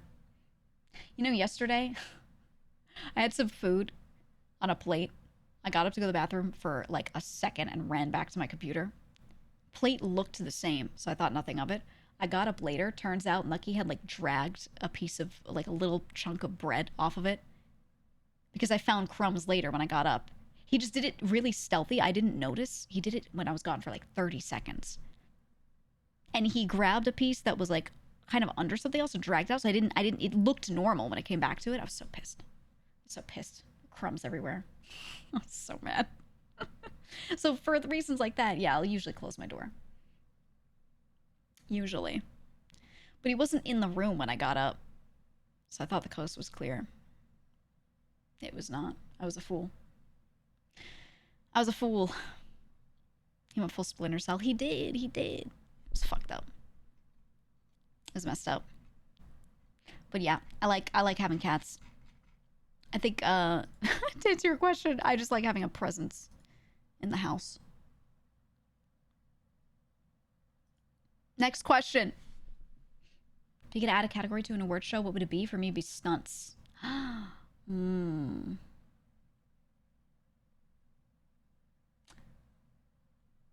I think stunts, yes. I would love best one-liner. Best one-liner. So it's a mix of who wrote the line and the actor that delivered it. And I would love a category where you just put up a one-liner. Like a character says something and then they say something in return or whatever. Like they monologue a one-line kind of thing. And it's just like the best clip, essentially. I would love that. I think that'd be really, really fun. And then you credit both the writer for that line and the actor. Or if they ad-libbed it, then, you know, just the actor. Some actors' entire careers are that alone. Exactly. It's really important. So I think that'd be a fun category. It'd be good for promotion of those shows and movies too. Ooh, best bloopers would be really good. I don't think a lot of movies show a blooper though, so like a reel of it. So I don't know that would be, you know, something most people would even be aware of. Yeah, I don't think they show them anymore. I think that was a very 2000s, 90s, and somewhat 80s thing where they'd show blooper reels at the end of a movie during credits. Nowadays, I feel like they don't because there's a level of immersion they want to keep up, maybe. I don't know. I would like to bring that back. I would. You ever enjoyed grand strategy games not for streams to have fun with? Yeah, absolutely. It's just like you said, like not something that I would stream much. Because it's my brain needs to lock in, so I would just sit there and at most I would talk through what I'm clicking and why, maybe. I just like to sit there and lock in. That's like when I was doing those RimWorld streams. I kind of prefer just playing it with someone else and having them stream it, and when we're doing our multiplayer mod and just chilling because I'm just locked, you know. Not as much of a grand strategy game, but you know what I mean. If you could change or create something new about streaming, what would you want? Ignoring budget or time restraints. I think this is something that the platform, like Twitch the platform or YouTube the platform could do, but I would like better ways to make collectives. So Twitch has stream teams. But I would like the ability to do more formal broadcast style stuff. So let's say we have Stream Together, which is kind of getting there. Let's say I wanted every day to start off by doing a 1 hour podcast with Matara. right? Me and Matara want to do 1 hour podcast every day at 2 p.m. And then at 3 p.m., we are live on our own channels, chatting. And then at this time, I'm live on this channel, gaming. What I want is for those to be treated as separate things. Instead of one streamer's one broadcast, I would love for, if we do a joint thing, for that to be treated as like one thing. Maybe there's a network view. So they have streamed together, but I would love for it to go into one player, and instead of the channel name, it's the name of the series, and then it gets saved to something that looks like a channel as a series, right? And it could split the revenue between the two of our users. So again, instead of a channel, the series is the entity that you're watching in a way, to make like collaboration on the stuff better. And then you could follow the series, not just us. It makes you auto follow us, but like you could follow the series specifically. And then when I chat, have that be like when you watch anything on any TV channel, you have blocks of time scheduled out, and the channel's constantly running, but there's different shit happening at different scheduled times.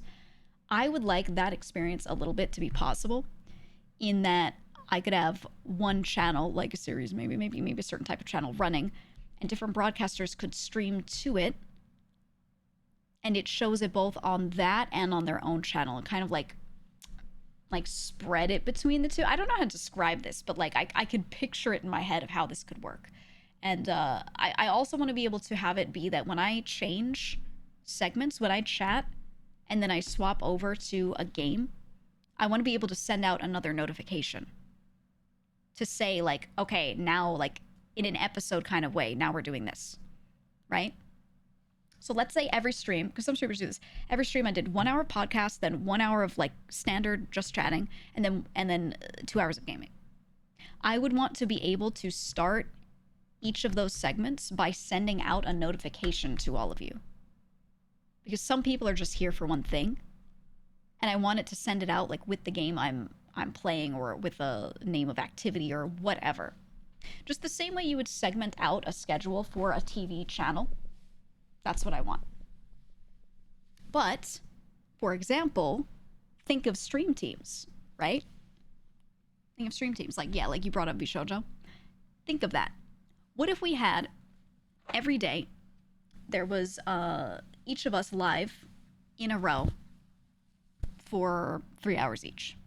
Let's say I made a new group, okay? I made a new group, and I wanted this group to all handle different time slots. But I wanted it to be so that people could just sit down and leave the channel on and it works. But I don't want necessarily to do a group channel because of the way monetization works. I would love if there were a way for us to essentially push our own streams to our own channels to some centralized point where you could just sit there and watch it. And when I'm pushing my stream to that like main group channel, you could sit there and watch it. But then if it's someone else's time slot, they could take that over, and it's just seamless for you to watch through, and they could do their segment, and then I could do whatever on my own channel separately if I want to just keep streaming or whatever, right? Just kind of like more flexibility to do that, because I think a lot of streamers would do that, where they'd do their own solo streams and then they would push like a collab specifically to a main channel. And the reason why they don't is because the stream together tool exists, which kind of helps, but it's not. It's a little, there are ways you can kind of do this, like, on your own. It just isn't done the right way for the easiest experience for the streamers. There's a lot of back-end stuff you have to take care of. And if you have a group channel, it means you, the people, have to sit there and sort out who's getting what money and what. And you have to write up a separate contract between each other to split everything out. Whereas what I'm asking is like an entire change so that you can just do this organically through the platform, and the platform can pay people out based off of what they should be getting for the time that they put in, instead of you, the person, having to sit there and make like a weird contract with a bunch of people. Because that creator cooperatives like that keep getting messy because of all the back end stuff, right? They keep getting really messy because of all the legal implications and everything. Whereas if I could just add someone to a group channel, let them do a thing, and if it's not working out, remove them from the group channel, okay, boom, it's just handled, you know? I think that'd be nice. Would the intent be to lock in during that streamer's prime time and then just do whatever when others in prime time? Exactly. So I know it's like I'm describing it vaguely, but I want tools that allow the culture to shift to that, because streamers put so much fucking time in that they can't do anything else. Okay? They can't do anything else for themselves. And you get more for just streaming more and more and more. I have noticed streaming getting a little more event based, meaning if you do an event for 2 hours versus just doing a 5 hour gaming stream, you get more out of that. Your community gets more out of that. Your community doesn't feel like they have to sit there for 5 hours watching you. It's a shorter thing, but it's better content, it's more quality. I think while stuff is like shifting to that a little more, it'd be nice to allow better network style, cooperative style stuff to happen with the platform so that people can fully shift to that. Because then imagine if creators were doing like 2 hours of a segment and then spending the other 3 hours that they would spend normally just sitting there streaming a game, instead working on the next segment, scripting stuff out, scheduling it, getting all ready so that you have like a real higher production show. And of course, this is just optional. Like, streaming should still stay as it is for those who just want to do that. But the idea of being able to make like an always on channel and schedule people into it, I think would be really nice. And I think Twitch kind of sort of has the layout ready for that. There's some stuff that would need to be adjusted, but like they just need to shift things, and it's just a different mindset on what the platform is for. But I would like that. Sounds like a TV program for a streamer.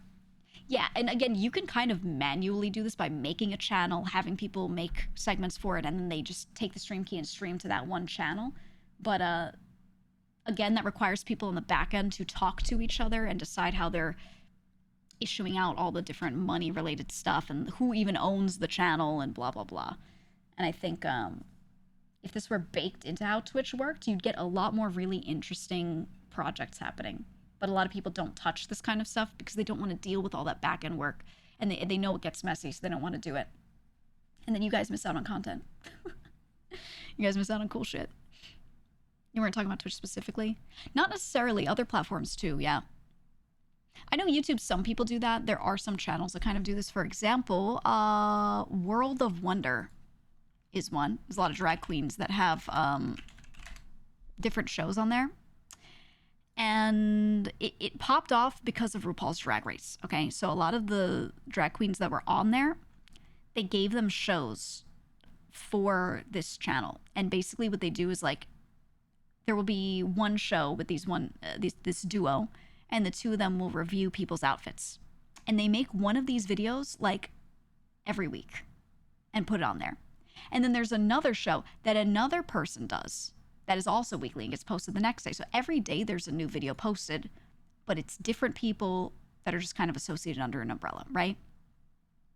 The problem is a company has to own this channel. It has to have contracts with these people, etc., right? I instead want something where a platform can allow that to happen to remove a little bit of the messiness, right? so you don't get into legal battles when things, need to be split and all of that. That's what I'm asking for, in a way. Just a better way of doing that and baking that in. And I feel like Twitch is like getting there a little bit slightly with the stream together options where you can put your chats together and everything, but not like a whole concept change like I'm saying. But they're kind of getting there. Yeah, Let's Players do it. Some Let's Play channels are like that. I just want, I don't know, better collaboration. That's what I want. Said, I think streaming has very big diminishing returns for production value compared to other media. Depends. If you're, what's a good example? Austin show. Dude shows up, almost exclusively streams events, doesn't even do like many normal streams, gets a fuck ton of people watching those events, makes money from doing those events. Great. And then there are people that just hit go live and play the same game for 10 hours and make the same money. But it's a lot more time spent. Yeah, Critical Role goes high on production value. There's a lot of budget put into that. I think basically anything can work. Anything can work. At the end of the day, for me, if I do a whole huge event and I get a lot of people watching that one event, I don't usually get back what I spent from that. I arguably would make more just sitting around playing games all day. Just for me, because the type of people that come here just want to hang out, you know? That's just what it is. But it depends. It's just whatever you build, man. Whatever kind of community you build up, that's what they want. How does stream together thing work for analytics? Does it only count the viewers on your channel or everybody in the stream together thing? Only the ones on your channel. So it's good and bad because, like, when you are doing stream together, it puts that viewer number together, which bumps you up in the list on the left sidebar. So people are a little more likely to see you if you're like pushed higher up on there. So you do get more people clicking in sometimes. But it only counts your viewers, the people watching your POV. And when you are playing games together with people and you put your chats together, it makes it so that the experience is exactly the same between the different streams. Like, very little changes between your POV if even your chat is put together. So for some people, when they do stream together, they actually get lower numbers for that day. This happens a lot when you stream something that, again, the POV looks the same. And it's personally, I was talking about this, like, I think yesterday or the day before or something. I was saying, like, how numbers don't really mean anything. I don't think it's the biggest deal, but then there might be better ways to do it. There might be better ways to do it. You said, from what Mike said, he seems to be putting a lot of dough into That's My Streamer. I think he likes it enough to spend the money, screw the returns. Yeah. Exactly. I think with Stream Together, what happens is the biggest streamer benefits from it, and then the smaller streamers don't benefit that much because their POV is the same as the bigger streamer, and most people go watch the bigger streamer in the pool. So it depends. But if your POV is very different, like you're playing a game and what people see through your POV is wildly different than the other person, then you might get more people showing up to watch you because they want to see the different, the different views of what's going on to understand the collab. So it both could happen. It depends on like what you're playing, what you're doing. But I find a con walk around actually is a perfect example. If you do con walk around with people and you're all watching the same feed and you're all sharing your models to each other, it's like the same stream 4 times. So it kind of, I feel it only makes sense to have a couple people streaming or just one. Like ideally just one if you're min-maxing. But that's only if you care about min-maxing, which I kind of don't. So like, I just stream it anyway. But if you're being like min-maxy about it, yeah, you'd wanna just have one person stream it. No, I'm saying, does multi-stream exist? Yeah, but that's its own tool. I kind of want Twitch to have like a native multi-stream. I think that'd be cool when you're in stream together like that. Probably the other POV is more interesting when they both play against each other. Yeah, that's what I'm saying. It depends on the game a lot. There are certain times where stream together makes so much sense. I also, if the POVs are the same, I do kind of like dumping the chat together because they're all reacting to the same stuff. But if I do stream together and we're all playing a horror game and we're all against each other and someone else's chatters are reacting to what's happening on their POV, I might look at my chat and I might get spoiled by like what they're doing. So I don't really love that. I don't really love that. So there are times where I don't want to share chat and other times where I do really like it. Hi, Nilo. Can you believe it's not butter? Nilo, look, do you see the tool I have now? I can take, we were just answering this question. I can take these off and I can put a new one up. Ready? Boom. Ooh. Repo's great for shared chat. Repo's a good example, but then sometimes your chat, like let's say you die and one other person dies and you're in death chat, death VC, talking to each other, your chatters might react to what you and like that other dead person in the dead VC were talking about. And then someone who's alive will see it and they'll be like, why are they laughing? You know what I mean? So that's why it's like good, but it can be awkward. So I love Stream Together. I just think they're like, it's situational, but no, it's one of my most favorite things they've done in a while. So even Tamto streams, I just want to give away. Hi. Yeah, I was saying the other day, he used to come into my chat a bunch. There was like a week where he came here every day, so I need to go to his stream every day for a week too. I need to pay it forward. I'm gonna do it. He was playing a zombie game today. He was cutting people's arms off. It was good. Question: if you could immediately be an expert in any skill or talent without having to have practice, what do you wish you could do?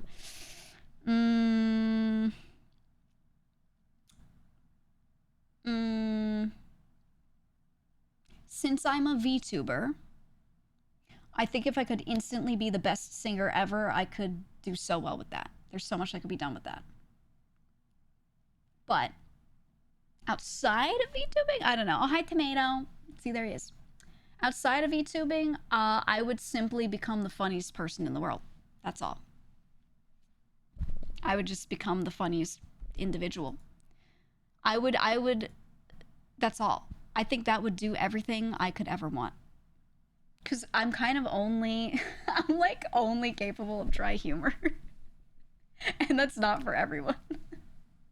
So I would develop the ability to be like every type of funny and code switch. That's what I would do. You have to lose the hair to do that? Yeah, I just need to become bald and maybe I'll be funnier. I'll shave my damn head. I'm gonna do it. Yeah, wet humor. You make me sick. If you could essentially be an invisible time traveler and travel to any historical event to witness firsthand, the butterfly effect doesn't exist. Where's the first place you would go? Oh my god. Oh my god. I don't know. Ooh, okay. I'd love to go to like like an older family member's wedding or something. I'd go to like my grandparents' wedding. And just be able to be there and be able to see like all the family members at that time attending, or maybe parents, right? So you see like aunts and uncles and stuff. I think I would do that. That's what I would be most interested in. Historical events, I don't know. I don't care. I think there isn't anything historical that I care to look at firsthand. I feel like I've learned about it that's good enough for me. It has no personal bearing on me, so I'd want to witness something that actually personally affects me. Does that make sense? You'd watch Caesar get shanked? Yeah, maybe something where there was an air of mystery. Could be cool. I don't know. Ooh, an old Colosseum fight. Oh, old theater. I'd go watch a weird old theatrical performance. Like maybe not an OG opera, but like an old play. Oh my god, or original Coney Island. I'd love to go watch a performance in like OG Coney Isle when it was really creepy and weird. Something like that. You'll go back to an hour before your own conception and knock your dad out. Why? What did he do? What did he do, man? What the hell? What the hell? I have to stop it. Oh, man. You know, you're not wrong. That guy's mom, clearly. Yeah, mom. Yeah, mom. What inspired you to start streaming? I like video games. What do you feel about people who have kids because they feel unfulfilled in life? They should fucking die. I think you shouldn't have kids unless you actually want kids. And I think it is downright evil, personally, to create a human and then be like, yeah, I did that for my own fulfillment and I don't even care about like what happens to them that much, you know? I don't like that. I don't think they should die, but most people kind of ease into it. But I don't like that. I don't like that at all.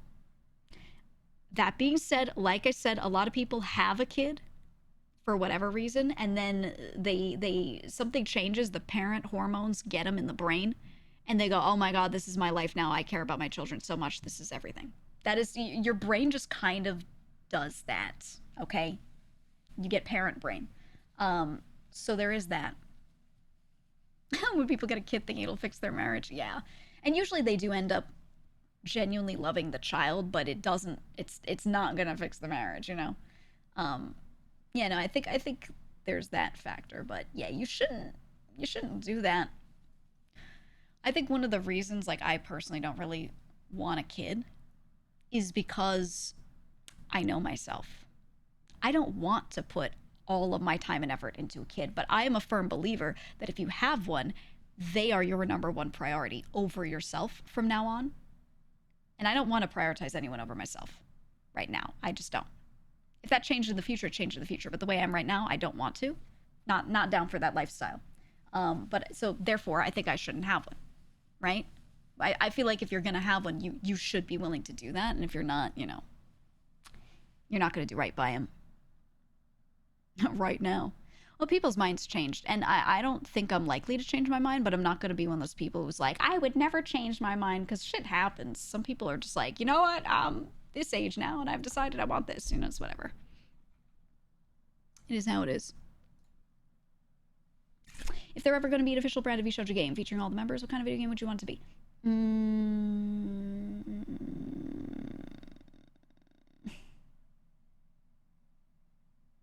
That's tough. I would love a fighting game, but I think imagine it like Hello Kitty Island Adventure.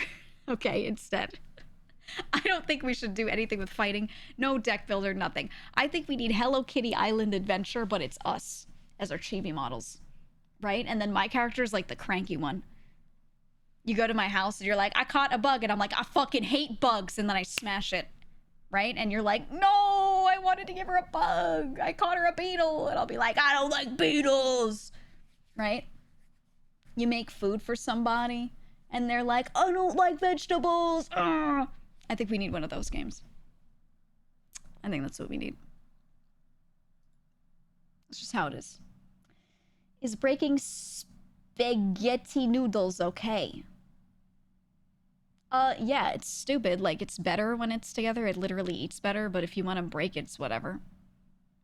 There's so many memes. You know, this is the same as asking me what I think about pineapple on pizza. People be like, oh, you're from the land of pizza? Then what do you think about this? I don't care.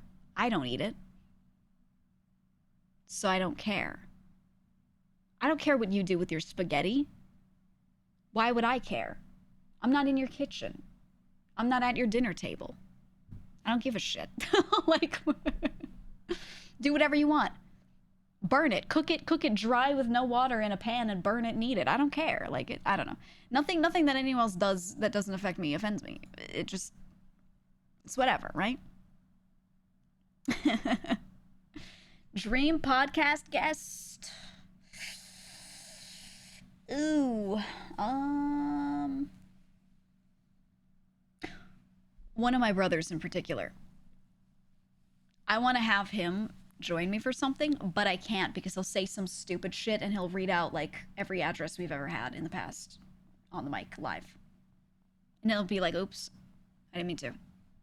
He's so stupid. I can't. Yeah, Glorbulon. I can't bring him on. Glorbulon, I can't let him do anything. I can't. He'll just say shit. Fuck yeah, fucking dumbass. I can't. But he and I could talk for ages, and I want to bring him on for stuff. Yeah, he'd sneeze out my social security number instantly. I just... We could do a recorded video, maybe. We could. I wish I could bring him on for stuff. There's just no fucking way. There's no fucking way.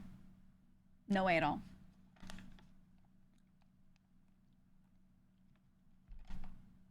Impossible. Impossible.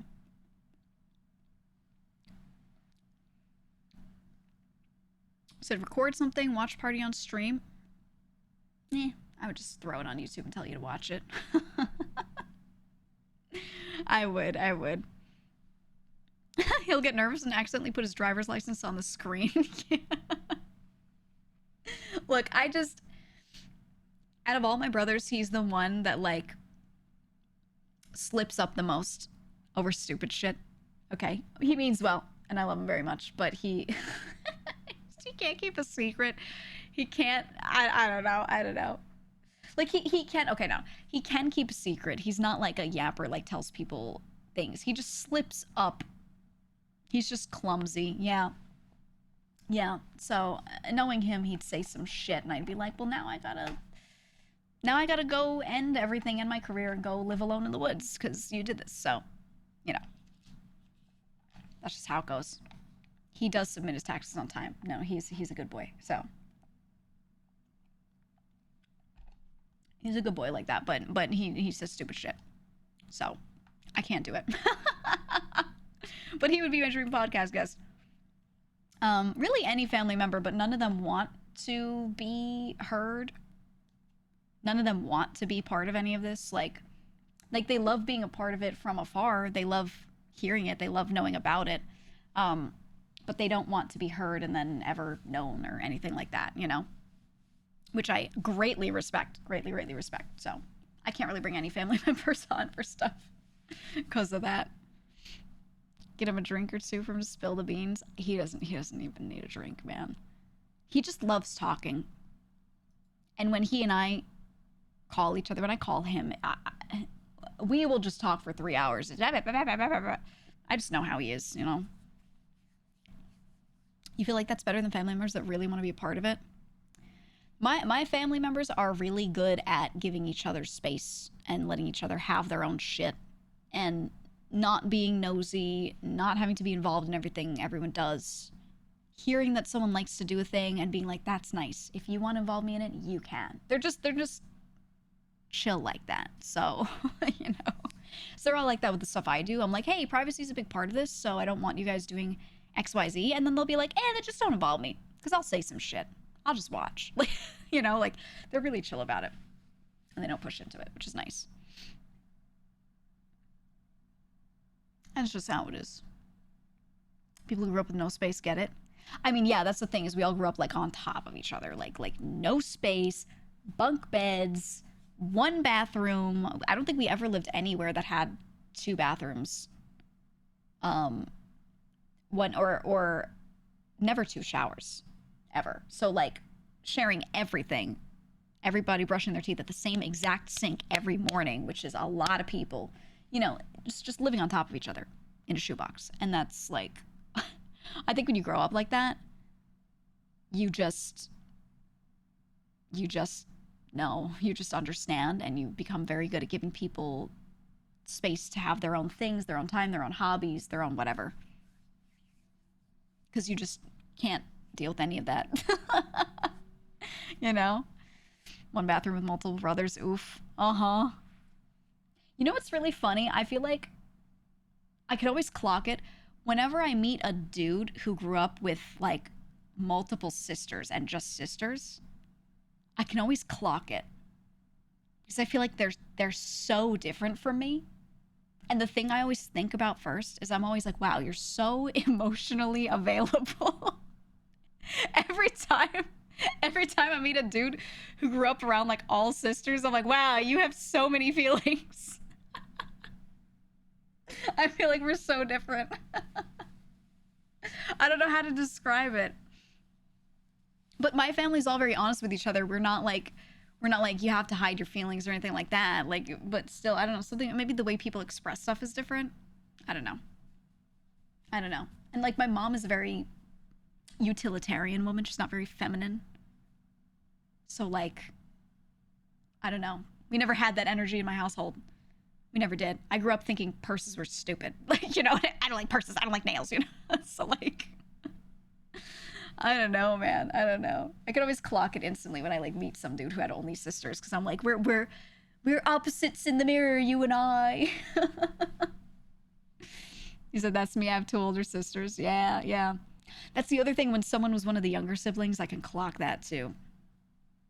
I can clock that instantly. Sisters will torture you. It's just a dynamic we never had. We just never had that. I don't know. Shower and doo-doo schedule every month. It was truly sitcom energy every day. Trying to have to share one shower, one toilet, one sink, and the sink wasn't even that big. Not much storage in the bathroom. And the bathroom bathrooms that we had were typically like, you walk in and it is a tiny rectangle. You walk in, on one side there's a sink with a cabinet beneath it. It's about as wide as the sink. Right next to it there is a toilet. Right next to that there is a tub with a shower. Basically, yeah, basically you could only stand in a poop closet. 3 people could stand next to each other in there at most. And that was how I always had it until I had like my own space. And I was sharing that with a lot of people, especially brothers. So like, I don't know, you just get used to it. You get used to it, man. You have one sister and one brother, perfect balance. Yeah, I always wanted that. I always wanted that, but then I don't know. I like looking back. I like what I had. Having roommates in college very different. I didn't have roommates because when you're in the city, you can just take the train to college. You can just take the train.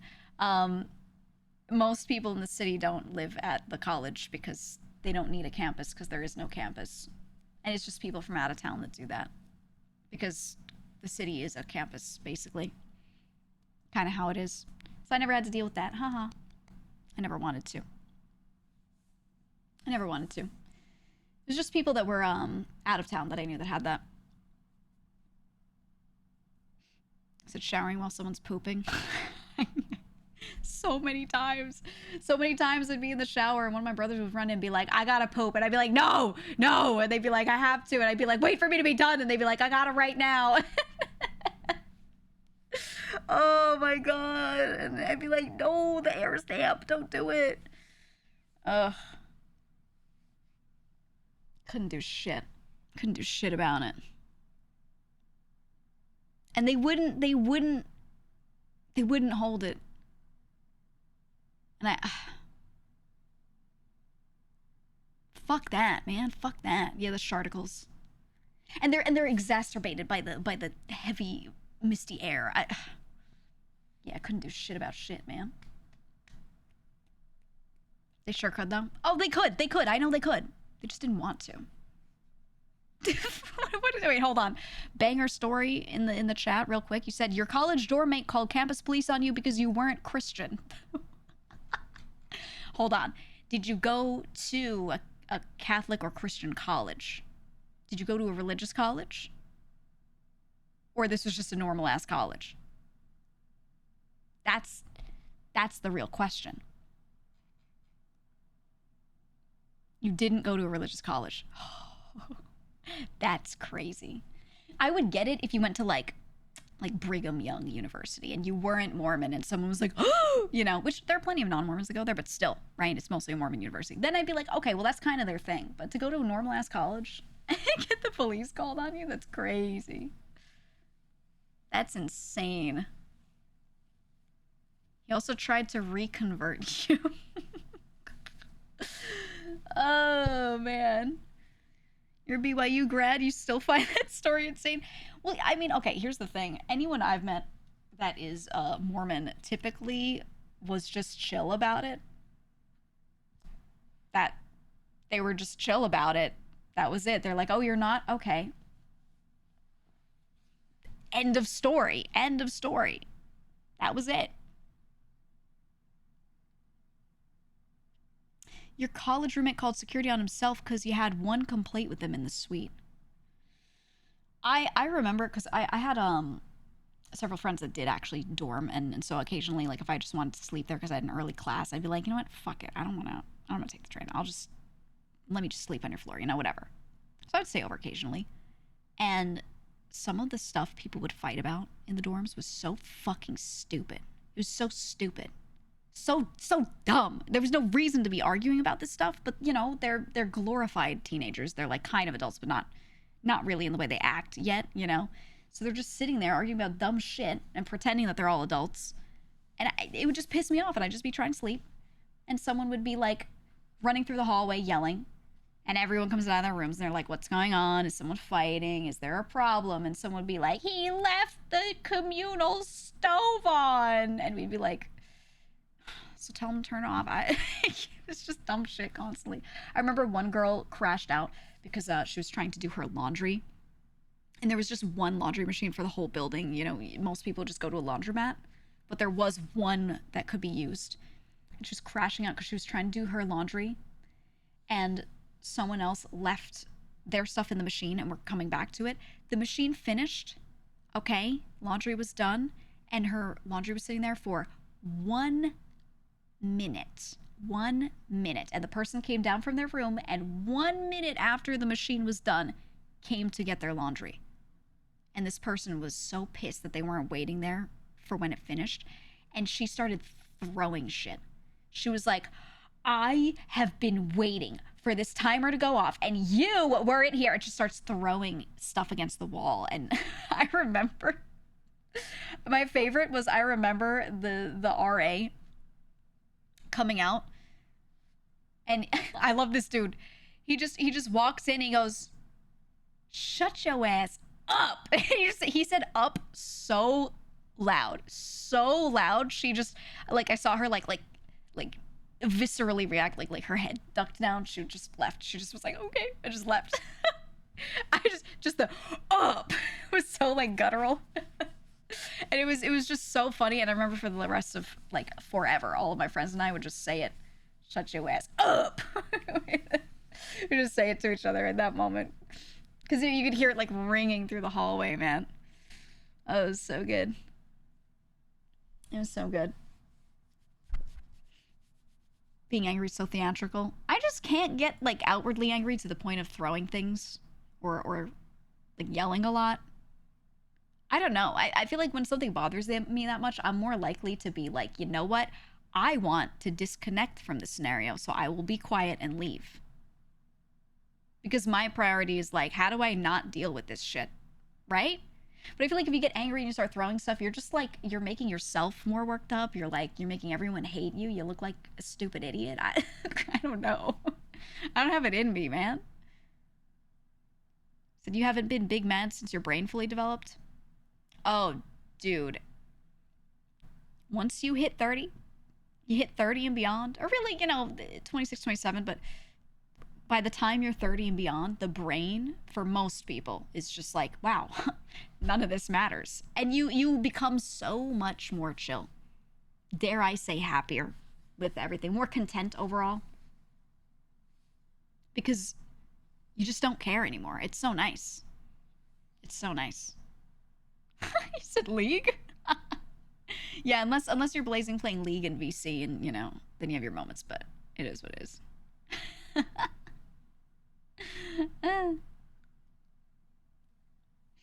Said you're tired, too tired to be big mad. I just like, yeah, I don't know. I just disconnect from everything. If something's happening, I'm in a place and a thing is making me mad and I could just not be there, I'll just not be there. I don't know, dude. I don't know. What's the point? I know it's such a melancholic thing to say, but what's the point, man? Just don't be angry. LOL. LOL. Oh, I have to post a tweet, guys. Hold on.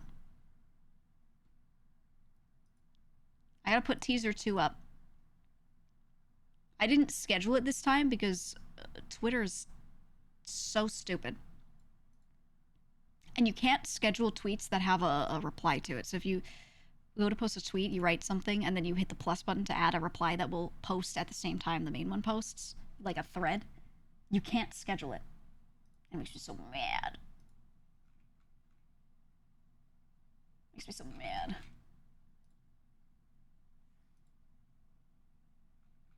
Hold on, I gotta get the thing.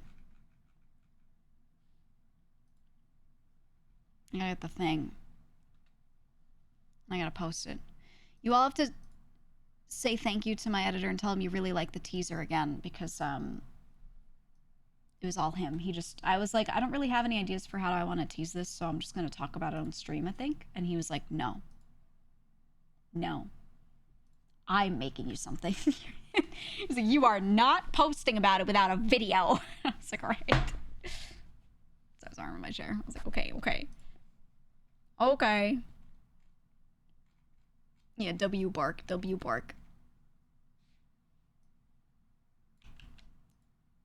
He's the best. Okay, tomorrow. I know what time I'm gonna start the stream, but I don't know what time Haruka's gonna be ready, so I don't want to put a time on this. Hmm.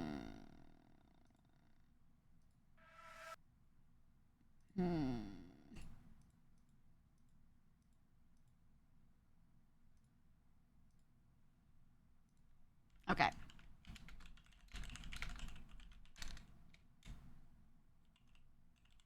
Keep us on our toes. Yeah, but I like scheduling. Let me ping her. Oh, sneeze. Let me ping Haruka. Just sneeze like 10 demons out.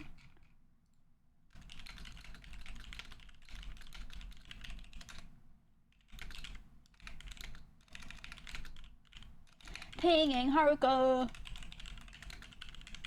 Guys, I want to switch too. Sorry, it's the day and I'm very upset that I didn't get one. I tried to pre-order at like 20 places and it didn't work.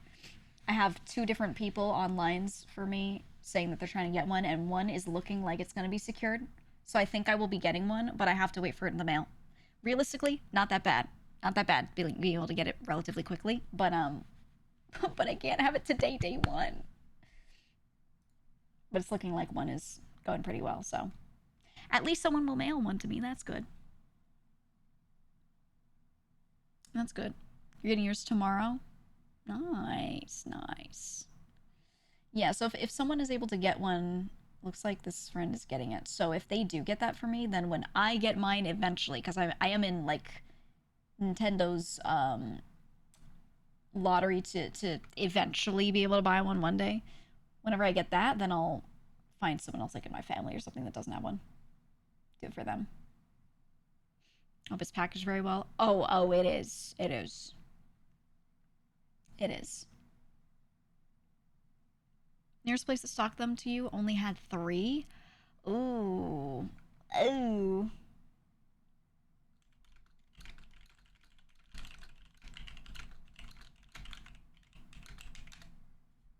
Ew. Yeah, I think stock is going to be super low for a while. I mean, the parts are just... just so hard for them to come by.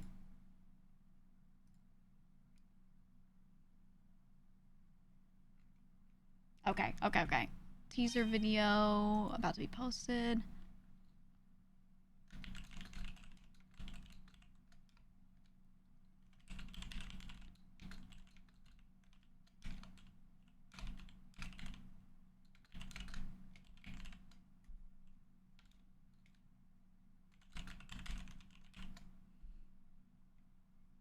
Here we go.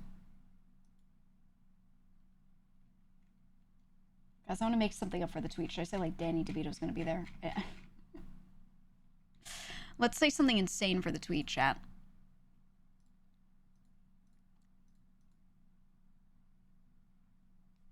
Let's make something up.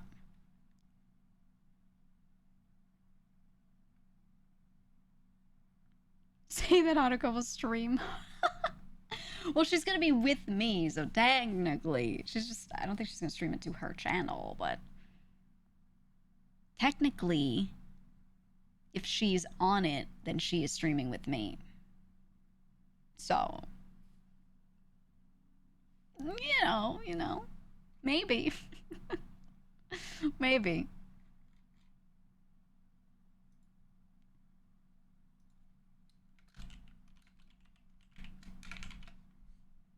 All right, here I'll say new models, new backgrounds, new content, new game, new everything. Woo!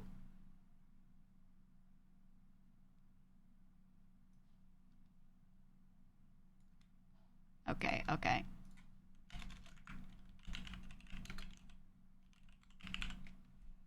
All right, and then we're making a thread, and I have to tag some things.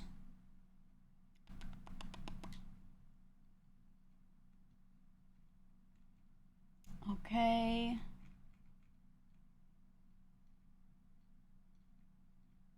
And then I'm gonna do one of these.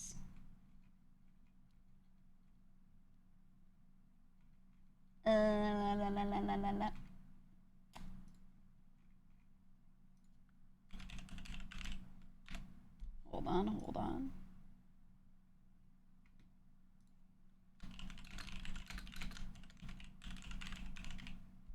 we go.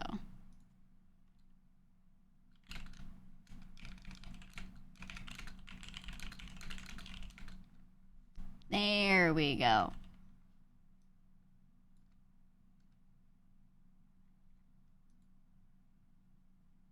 Post all. Are you ready, guys? It's going to be posted.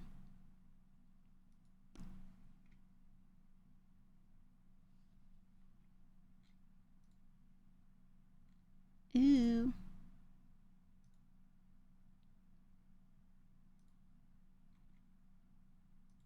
Ooh.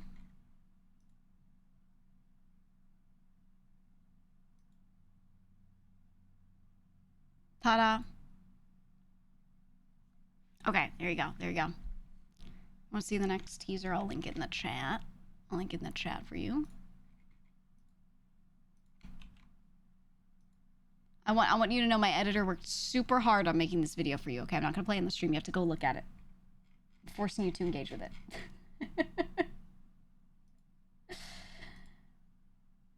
I'm forcing you to engage. And then in a little bit of time,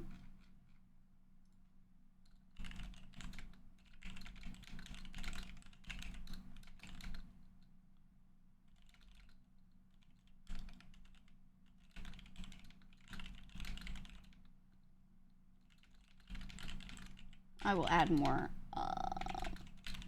There, I was just messaging one of my people. There you go. You like Haruka's derpy face? Do you like it? For those of you who watched it, cinema. You'll get a little more context on what it actually is a little later. I'm gonna add a reply later. Doing some more tags and things. All right. You said you want Danny DeVito to come and peel off the master and as Detective Pikachu's VA Ryan Reynolds. That. You know, we should have put that in the teaser. We should have. You're right. Fuck, man. Fuck.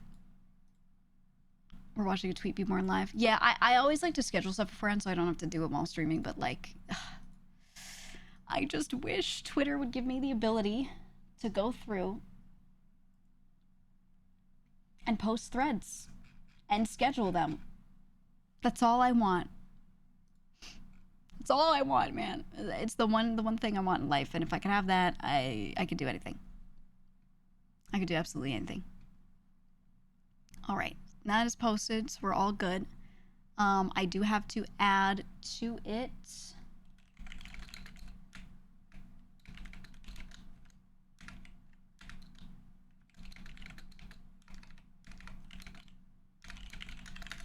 Okay, there we go. You wish Twitter would finally go away? I am totally fine with this saying. I'm tired of the whole, I feel like we're approaching, what is it, like the dead internet theory or whatever it is. What is that called? Yeah. How it's like everything is just bot activity and like automatically generated content and not like human created shit. So it's just kind of like happening. It's just like that. and that's been, sorry if you keep hearing bangs. I keep turning my chair and smacking my arm onto the desk. But it's just like, yeah, bots arguing with each other. I'm so tired of that. I'm so tired. I miss, you know, when it wasn't that, but I don't really know any way to not have it be that. The nature of the internet, right? Like, I don't know how you could prevent that besides getting too personal. You'd have to pull a South Korea and have everyone, like, take their government ID, their social security, that kind of thing, and use that to sign up to play a game, for example. It's just like, there's not much else you can do because they keep outsmarting practically everything. And that's what Korea does. So for a lot of sites, for a lot of games especially, to sign up for them, you have to sign up as you, the real person. You cannot hide your identity from the platform. Other people don't have to see it, but the platform will always be able to see it because they link it to you, the real person, in a government registry. And then what they do is They can automatically age filter stuff like that, number one, with proof of who you are and how old you are. But also, if you do things that are really bad, they can come for you. You can't get away with shit. So, like, for example, if you're playing a game and you're using this game to be very toxic toward people, they can ban you from that game, and you cannot make more accounts because they would be linked to you, the person, right? Maybe you could play on someone else's account, but you cannot have your own account, right?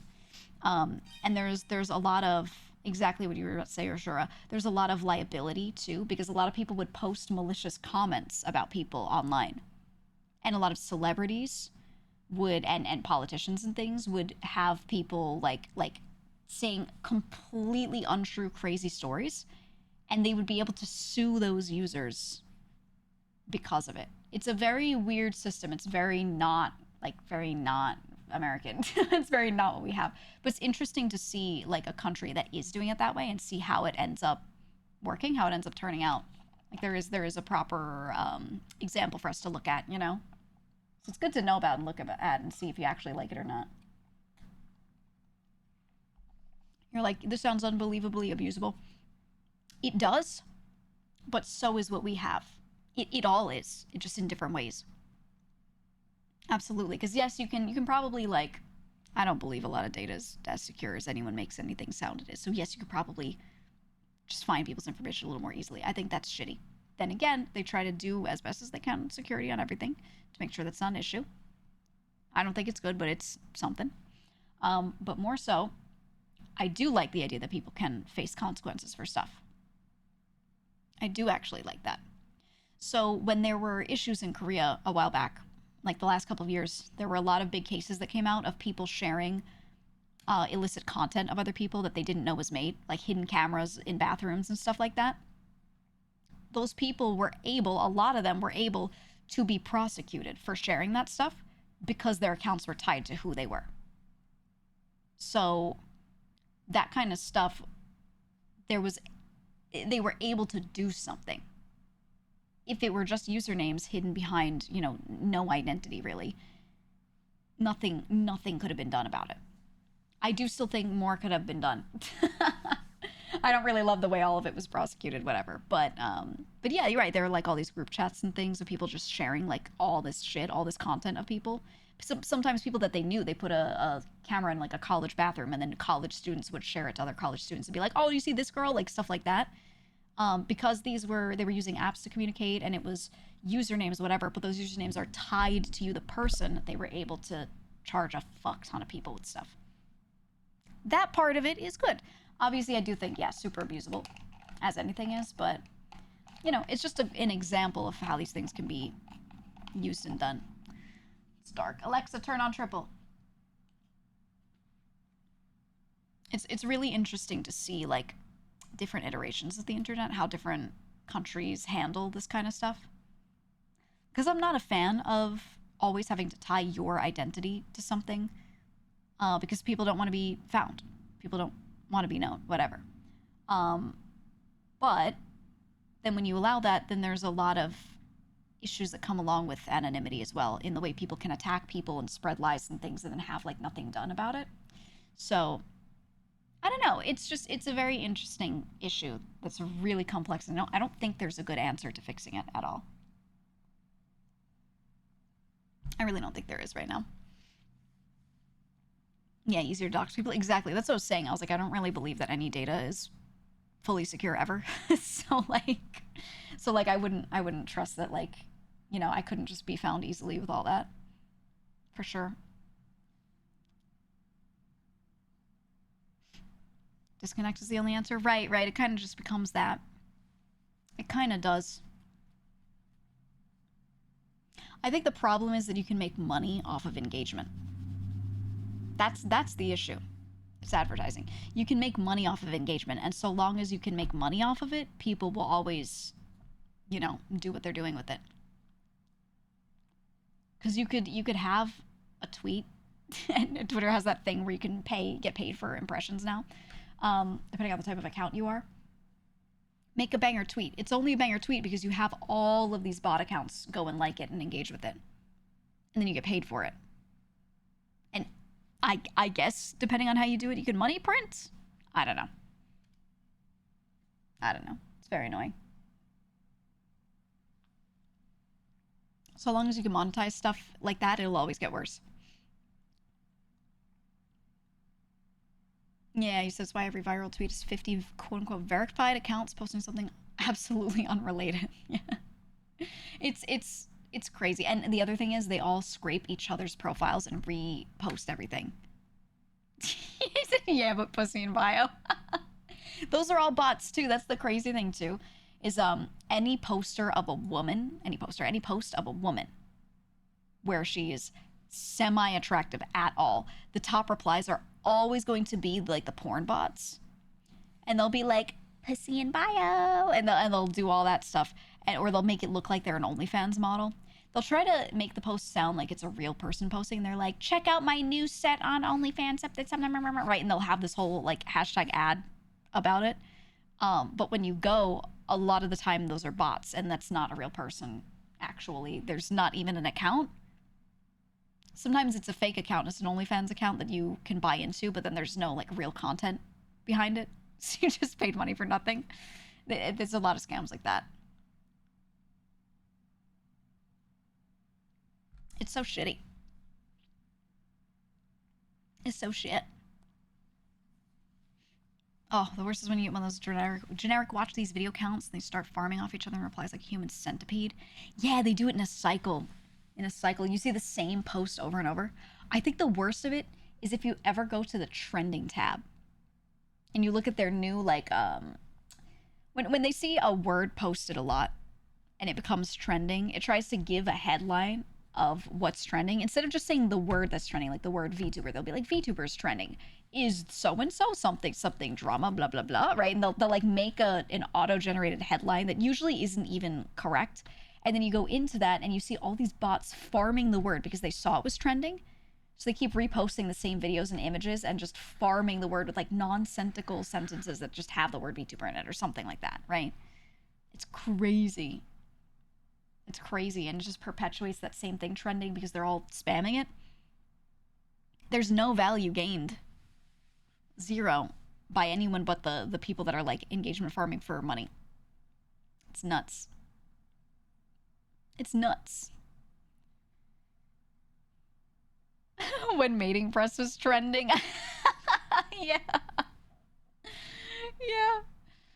Oh man, it's true. I remember it was trending, and then there were a bunch of bots farming it. And it was trending because artists were all like, they were talking about the mating press, right? And they're like, oh my god, something, I'm gonna draw it. And there were a few artists drawing, right? And just doing their usual thing. And then all like the porn bots started showing up and trying to like say weird nonsensical shit and like farm up people posting or buying into their scams. And then you had all these bots that started showing up after that as it was trending more. And they were just saying the phrase in the middle of a sentence, but you could tell that the bot didn't know what it meant. So it was just saying weird shit. They were posting a lot about animals because they saw the word mating and they thought it was like related to like Animal Planet. You know what I mean? It was like, you saw all these bot accounts just trying to like make sense of it. It was so funny. And that's what I looked at it and I was like, I think we're in a hellscape. I think the internet, I think we're in a fucking hellscape, man. Because like, I'm just looking at this trending tab and there's just a bunch of bots trying to figure out what mating press means and they all think this is Animal Planet. It was just like, oh, so stupid. Yeah, and shitification. I mean, not wrong, but they were talking too much about like animals. They just didn't get it. They just didn't get it, man.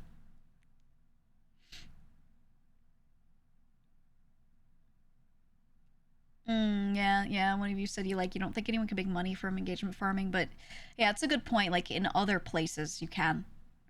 So yeah, if you live in the US and you're spending money out on this stuff and getting money back in for engagement farming, it's not gonna pay your bills. It's not gonna pay anything. But if you live in the middle of fucking nowhere, okay? You live somewhere that is dirt cheap. you just have access to internet, and then you're engagement farming on like a billion posts, and this is your whole thing is managing this, you can live off of that. You really can. So that's just how it goes, man. Says thanks to the mating press that we had easily accessible media in the early industrial revolution. Yeah, I remember that. Oh my god. Having a totally normal conversation RP the other day, and then fucking Peppo himself jumps out of Edgar's body and asks me if I've ever seen a Gutenberg press, and I said, and then I myself jump out of my character and say, yeah, I've used one. We're just sitting there and talking about the Gutenberg press. I went back to the VOD and I was curious. I was like, what did his chat think? And they were like, this is just you guys talking. Can you guys just podcast? That was funny. Does anyone know if GEEGA has a VOD channel on YouTube because I can't watch all of her streams on time? I'm right here. You could just ask me. Speaking in third person. You just ask me. Yes, I do. Someone do. ! YouTube. It'll be in there. Thanks to everyone who watches the VODs. The VOD channel money pays the person who runs the VOD channel. And it's not there yet, but it's almost able to make enough to like completely cover the cost of the VOD channel person. I just want it to be self-fulfilling. I want it to pay for itself. I don't really want to like profit off of it, but I want to like have it work so that that person running it can be paid for by the VODs. It's getting there. It's close. Bit by bit. Someone did know? Oh yeah. Oh yeah. Stop flirking. I love that word. I love that word. What? You said, did you know people can smell ants? Am I people? Because I don't recall smelling an ant. What do you mean we could smell ants? I found a lot of anthills because I sometimes smell ants.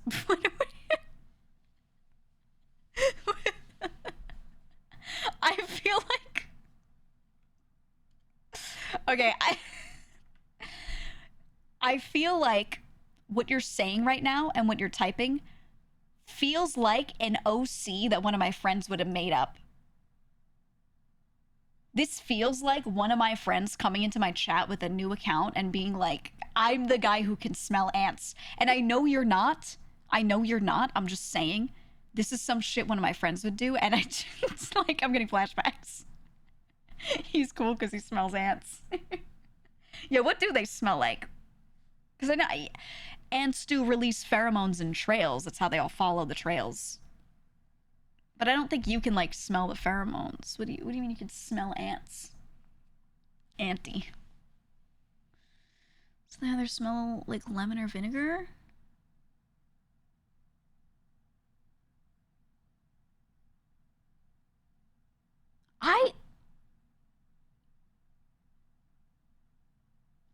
I know they release pheromones. I don't think I've ever tried to go and smell an anthill, though. Like, I've never wanted to put my face near one. But now I'm curious. I'm not going to do it. If any of you go outside and smell an anthill, tell me if it comes off as like a lemon or like vinegar kind of sharp citrusy smell or something. I'm curious. Your loss really fun. I'm good. I'm alright. I'll be okay. You know what's so fun? Smelling ants. That's a new one. That's a new one for this chat. I don't know, man. I don't know. You guys can do that. You tell me what you think. All right, report back. Report back. And I'm not talking about a specific type of ant. I mean ants in general, because this guy just said I can smell ants. That's what he said. Okay. Good chance to get ants in your nose. Oh, well, they're not gonna like jump at you. They'll crawl at you. I mean, just don't put your nose on the anthill. Have you smelled ants? Let me know in the comments section below. I've never thought about that. I'm trying to imagine. It's never occurred to me to go up to an anthill and smell it. I'm trying to imagine doing it. And I'm like, no. Fire ants can and will spew caustic acid into your eyes. I will not recommend putting your face anywhere near an anthill for fire ants. In fact, you shouldn't crouch near it or get near it, period. They hurt a lot, but also there's a good number of people that are allergic to them and don't know because they haven't been bitten by fire ants. You don't want to find out. Just don't do it. Don't do it. Fire ants are motherfuckers. They really are. They really are. You ever been bitten by one? I have. That shit hurts like a bitch. Hurts like a bitch. Just don't. Just to keep sniffing ants in the free world. That's how you sign off. I'll see you, fellow ant sniffers. When you were a kid, you put a firecracker in a fire anthill and stood too close. What? Oh my god. Kids are so stupid.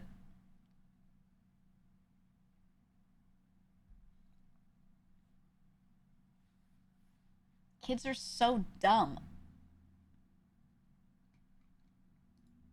It's okay. When my dad was younger, he played with fire. He was just playing with a bunch of kids in his neighborhood, and they literally just lit a fire and were playing with like kerosene because it was so fun, and it was a long time ago. And now he has like burns all up his legs. And he had to get skin grafts because he got burned so badly on his legs. Which is not funny to think about, but like it's so stupid. It's so stupid. I think I've told this story before, but yeah, they had to take skin from his butt and graft it. They usually do when you get skin grafts, they often do like the butt. Somewhere where you have a lot of layers of skin so you can afford to get the skin taken away from there to be grafted. So he has his like 10-year-old butt skin on the back of his legs. Yeah, butt legs. Yeah, and then he has these little patches where he grows like no hair, and his skin kind of looks like it looks like you put saran wrap over it. Like it just straight up looks like normal skin, but you put saran wrap on top, so it's like a little shiny and like a little crinkly almost. And if you touch it, it's very like ultra smooth like that. And if I would ever like touch the leg skin, he'd be like, "That's my butt skin from when I was 10. Ew!" And I'd be like, "Ah!" Like he'd try so hard to make it weird. He'd try to scare me. He'd be like, "You shouldn't touch that." And I'd be like, "Oh my god, shut up." He would always do it, man. You shouldn't touch that. Yeah, dad energy. So stupid. So stupid. When you were a kid, yourself and your neighbor and your brother kept locking yourselves into plastic cabinets and tossing cans of Axe that you'd set on fire. That's so fucking stupid.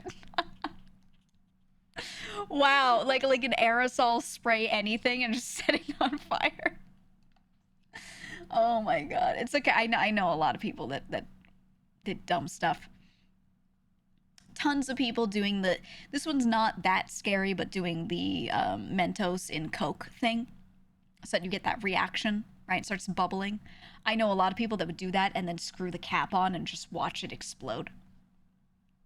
Which, less likely to hurt you than like lighting an aerosol can on fire and letting that blow up. But could be really bad depending on how it goes when you close it. I know someone that had like the cap fly off and like hit them in the arm, and they had a huge bruise from it because it was so fast. Mentos and Coke thing was so fun. Yeah, but it's more fun when like you don't close the cap, right? When it just like spills over and you're like, "Oh, so crazy." But they would close the bottle and then throw the bottle. Yeah, the dry ice too. So dumb. Kids are so dumb, man.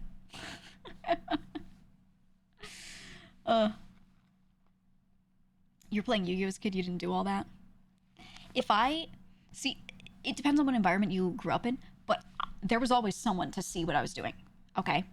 So if I did that, someone from the neighborhood would be like, they would go to one of my parents and be like, "Guess what your kid was doing?"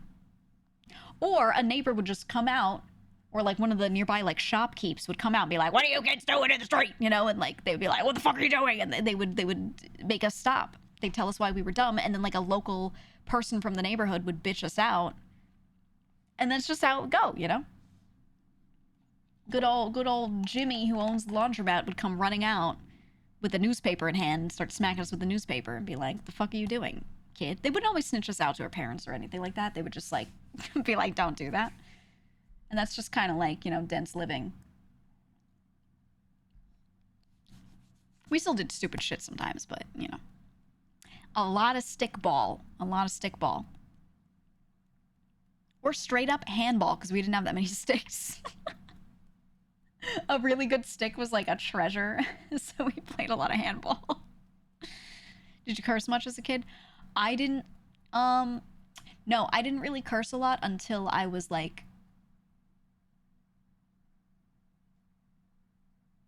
early 20s. Mid 20s, actually. Mid 20s. I didn't curse as a kid ever because I didn't see the need. And then even as a young adult, I was capable of it. I didn't think it was a bad thing. I just didn't very much. And then, it was when I started working, because I started working like midway through college. Well, really I worked all through college, but I got like this one job in particular that was in my field, and the people that I worked with cursed a lot, and I just started cursing a fuck ton, and that was it. That was it. I didn't really care about whether or not I cursed either way. It just was like, you know, if it wasn't super prevalent in my environment, I didn't care to. No, it wasn't retail, it was in tech. That was just how it was. That's how it was. And like, I always had family members that did curse, especially the older ones. One of my grandmothers, her favorite word was shit. But she would always be like, "Don't say that." She would say shit in front of me, and I'd be like little, and she'd be like, something shit. And she'd always turn and go, "I say that, not you, by the way." Like I wouldn't even say it. It's not like I said it, so she was telling me not to. She'd get ahead of it. She'd be like, "Don't say that, by the way." So I'd be like, "Okay." And I was pretty obedient. I was just like, "All right, yeah, that's fine." Okay. You know. Was your school good or bad? Which school? I grew up broke and I was not in great schools, and then in college things changed, but I wouldn't say it was the best school. It wasn't a bad school. But it wasn't like, you know, a super expensive top of the line one because I had to pay for it. So high school, I was pretty shit. It was pretty shit. It was pretty shit. Did you like college? I never liked any school. So no. I liked TAing, and I liked some of my professors.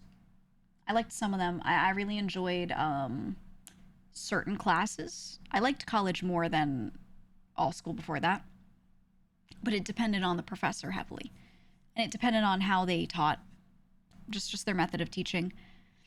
I always liked to learn by doing, and if they were doing a lecture, I needed to be able to like ask questions here and there. If I couldn't ask any questions, not even to TAs, there were no office hours or anything like that. I didn't like it. And I tend to learn at my own pace. There are certain things I learn very quickly, and then other things I really need to like ruminate on to get through. And I found that a lot of the time when I was taught in formal classrooms, the pacing of whatever was going on there was never for me. It was always too fast or too slow. The things that I needed time on, they would blow through. And then the stuff that I understood really quickly, they'd take ages to get through. And my biggest problem with it was always that pacing. I would feel super ahead with some things and super behind with others, and I'd be like, this isn't working for me.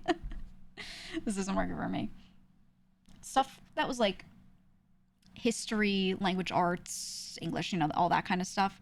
Science, I felt like I got through that very quickly. And math, I really loved, but I needed a lot of time to sit there and understand things because I needed to sit there and study why we're doing this. Because if I didn't understand the why, I would have a hard time like memorizing how to do stuff. And because of that, I I just hated math class. But then I turned out to be a math Andy later, and that was like the thing I focused on the most because I really loved it. I just think the teachers I had early on never went into like why we learn this thing, how this is applied in real life, etc. They don't teach that. So yeah, I just wouldn't grasp anything in class. I would grasp nothing, and then I would go home and like go research why this exists, what practical applications there are for this thing, and then ask like a family member that might know if I couldn't like spend time in the library because it was a while ago. And that was the only way I was able to get through it. And then when you get to college, you get more professors that are actually interested in this stuff genuinely and are teaching you more practical application. And then I became a complete math Andy, and that was like my most favorite thing. So that was that. I flipped on that for sure.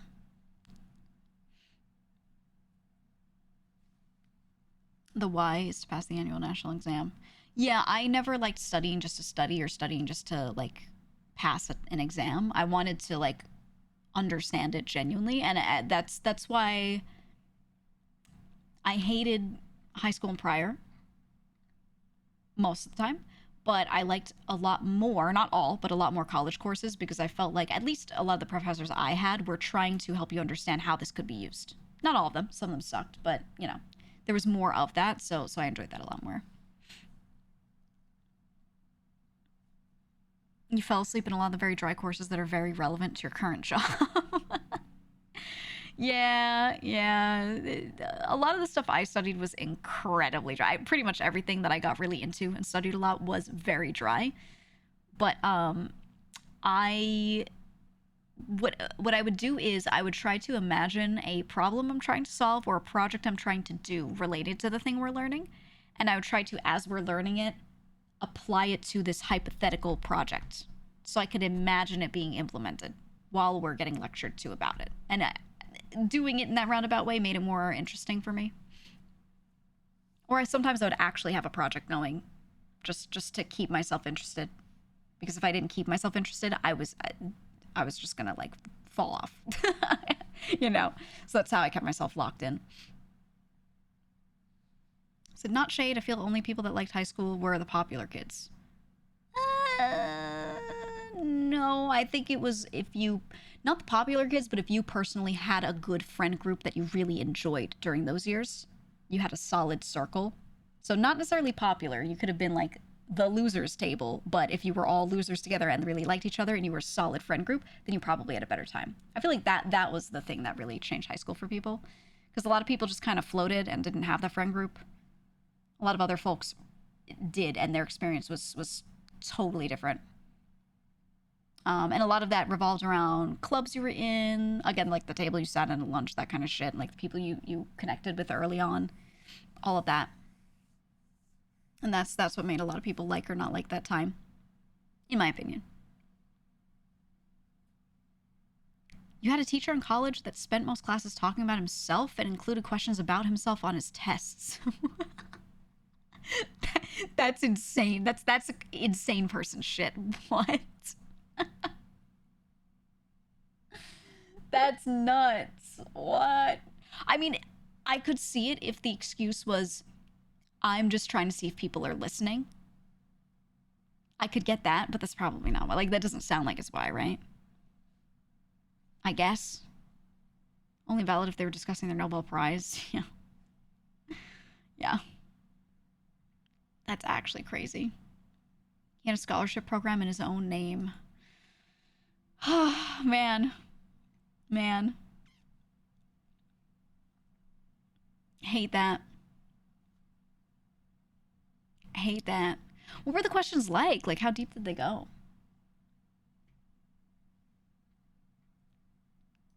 How actually deep did they go?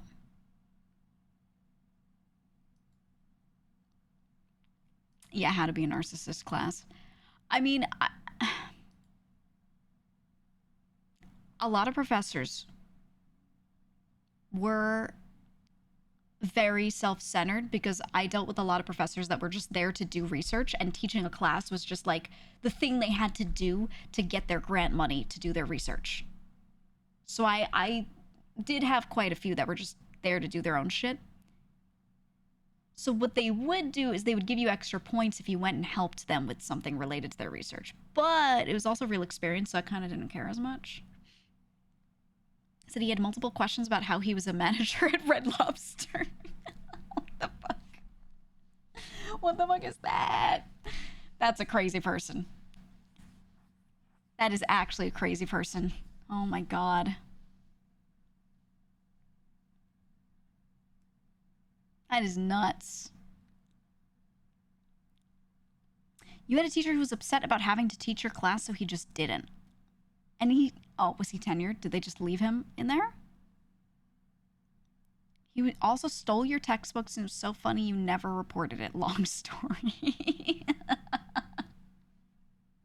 That's fucking insane. There's just no way, man. There's no way these people are real. Oh my god. I always think, like, it would be cool to have a long career doing a thing, kind of semi-retire and try to become a professor in it later. But typically, depending on what you're doing, you have to go back and study education. So, no way I'm doing that. No way. Nuh-uh. Your nephew's doing doctoral work. The tenured professors just had him teach. Okay, without saying too much, I have a family member who's practically a genius and was doing something like that. And yeah, basically, instead of doing research that he wanted to do, he had to just teach classes for people that didn't want to teach. And that was a lot of the credit that he got was doing that. And I was like, I can't believe they're making you do this. But he did get paid, so, you know, who was he to complain, right? But it was so stupid.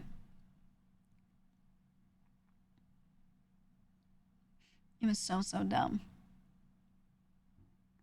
Your high school shop teacher walked out the first day and never came back, had a study hall for that period for the rest of the quarter. Yeah, what do you do if you schedule students in a high school class and then you don't have a teacher for it? You just guess I'll die, right? Like, what do you what do you even do, man? I don't know. All right, I need to do a follow-up tweet to my other tweet. Now I'll tag them.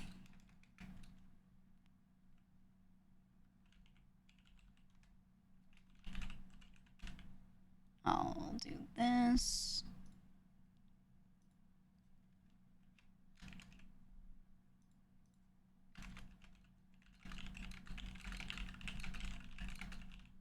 Okay.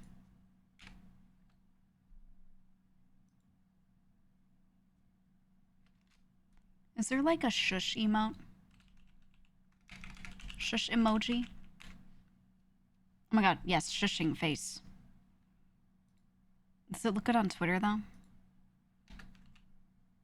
It doesn't. I'm posting it anyway.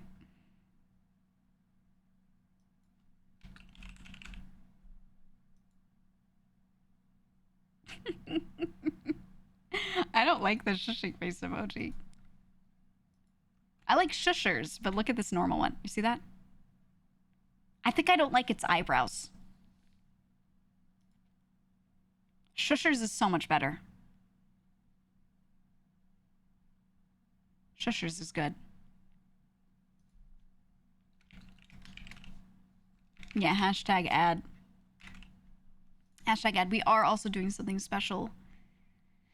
I just added the reply to the tweet. We are doing something special with Rune Factory tomorrow, actually. And they, huge thanks to them because they made it possible. They, the thing that we're doing, the debut, is not necessarily for that, but we're doing both in the same day. And because of that, they actually, like, sponsored and funded the whole thing. Which is incredibly kind of them. So huge thanks to them. We'll talk more about it tomorrow.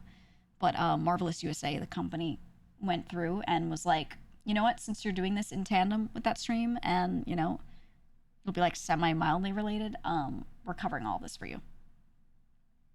Absolutely insane of them. So huge thanks. You'll see more tomorrow. I'm excited for it, though. Excited. You're gonna like it. I'll just say this. It's really stupid, but it's like good stupid. You'll love it. You'll love it, man. It's something that Hark and I have been wanting to do for a really long time. One of our dumb ideas. I'm just glad. The best kind? Yeah. It's gonna be good stupid. Anyway, become VTubers? Finally. But anyway, we've been just chilling and talking for 4 hours, which is a very long time. Which means, yeah, we should play a game. We should game for a bit.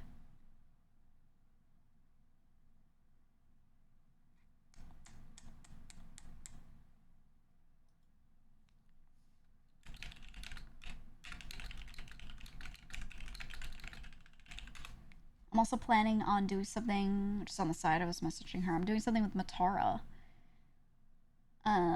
Maybe late night Saturday?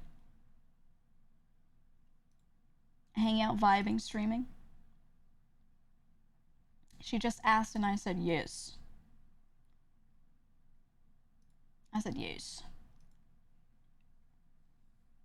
So we'll do that. I haven't streamed with her in a bit, actually. We haven't done anything where it's like, I don't know if it'll just be us. We were like, maybe we should grab someone too. I don't know.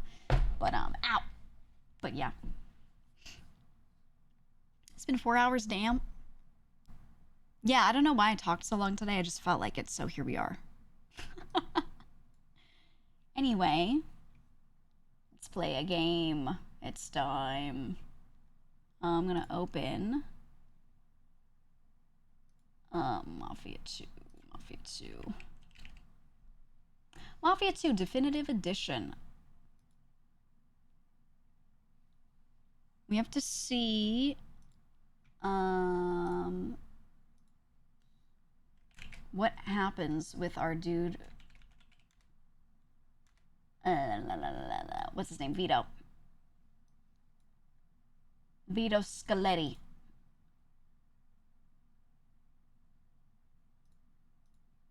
Here, Visual Edition Launcher. Let me turn off my BGM because it's going to have some music in it. There it goes. It's time for some drama.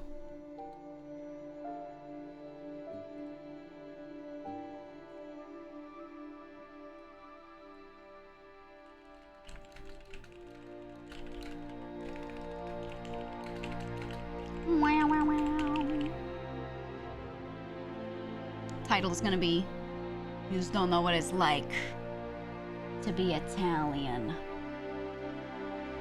Oh, me voice, Vito. Vito. To the tune of XQC saying Cheeto. Wait, hold on.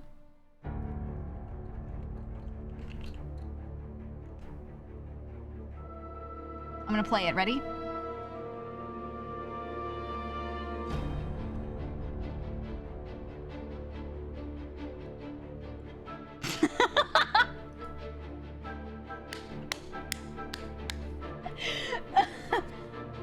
Vito. Oh, it's my favorite video of like any creator ever. It's just a cheetah sniffing the fucking carrot. Cheeto. I miss John Paul. All right, I'm clicking the button. We're gonna play Mafia 2. It's time.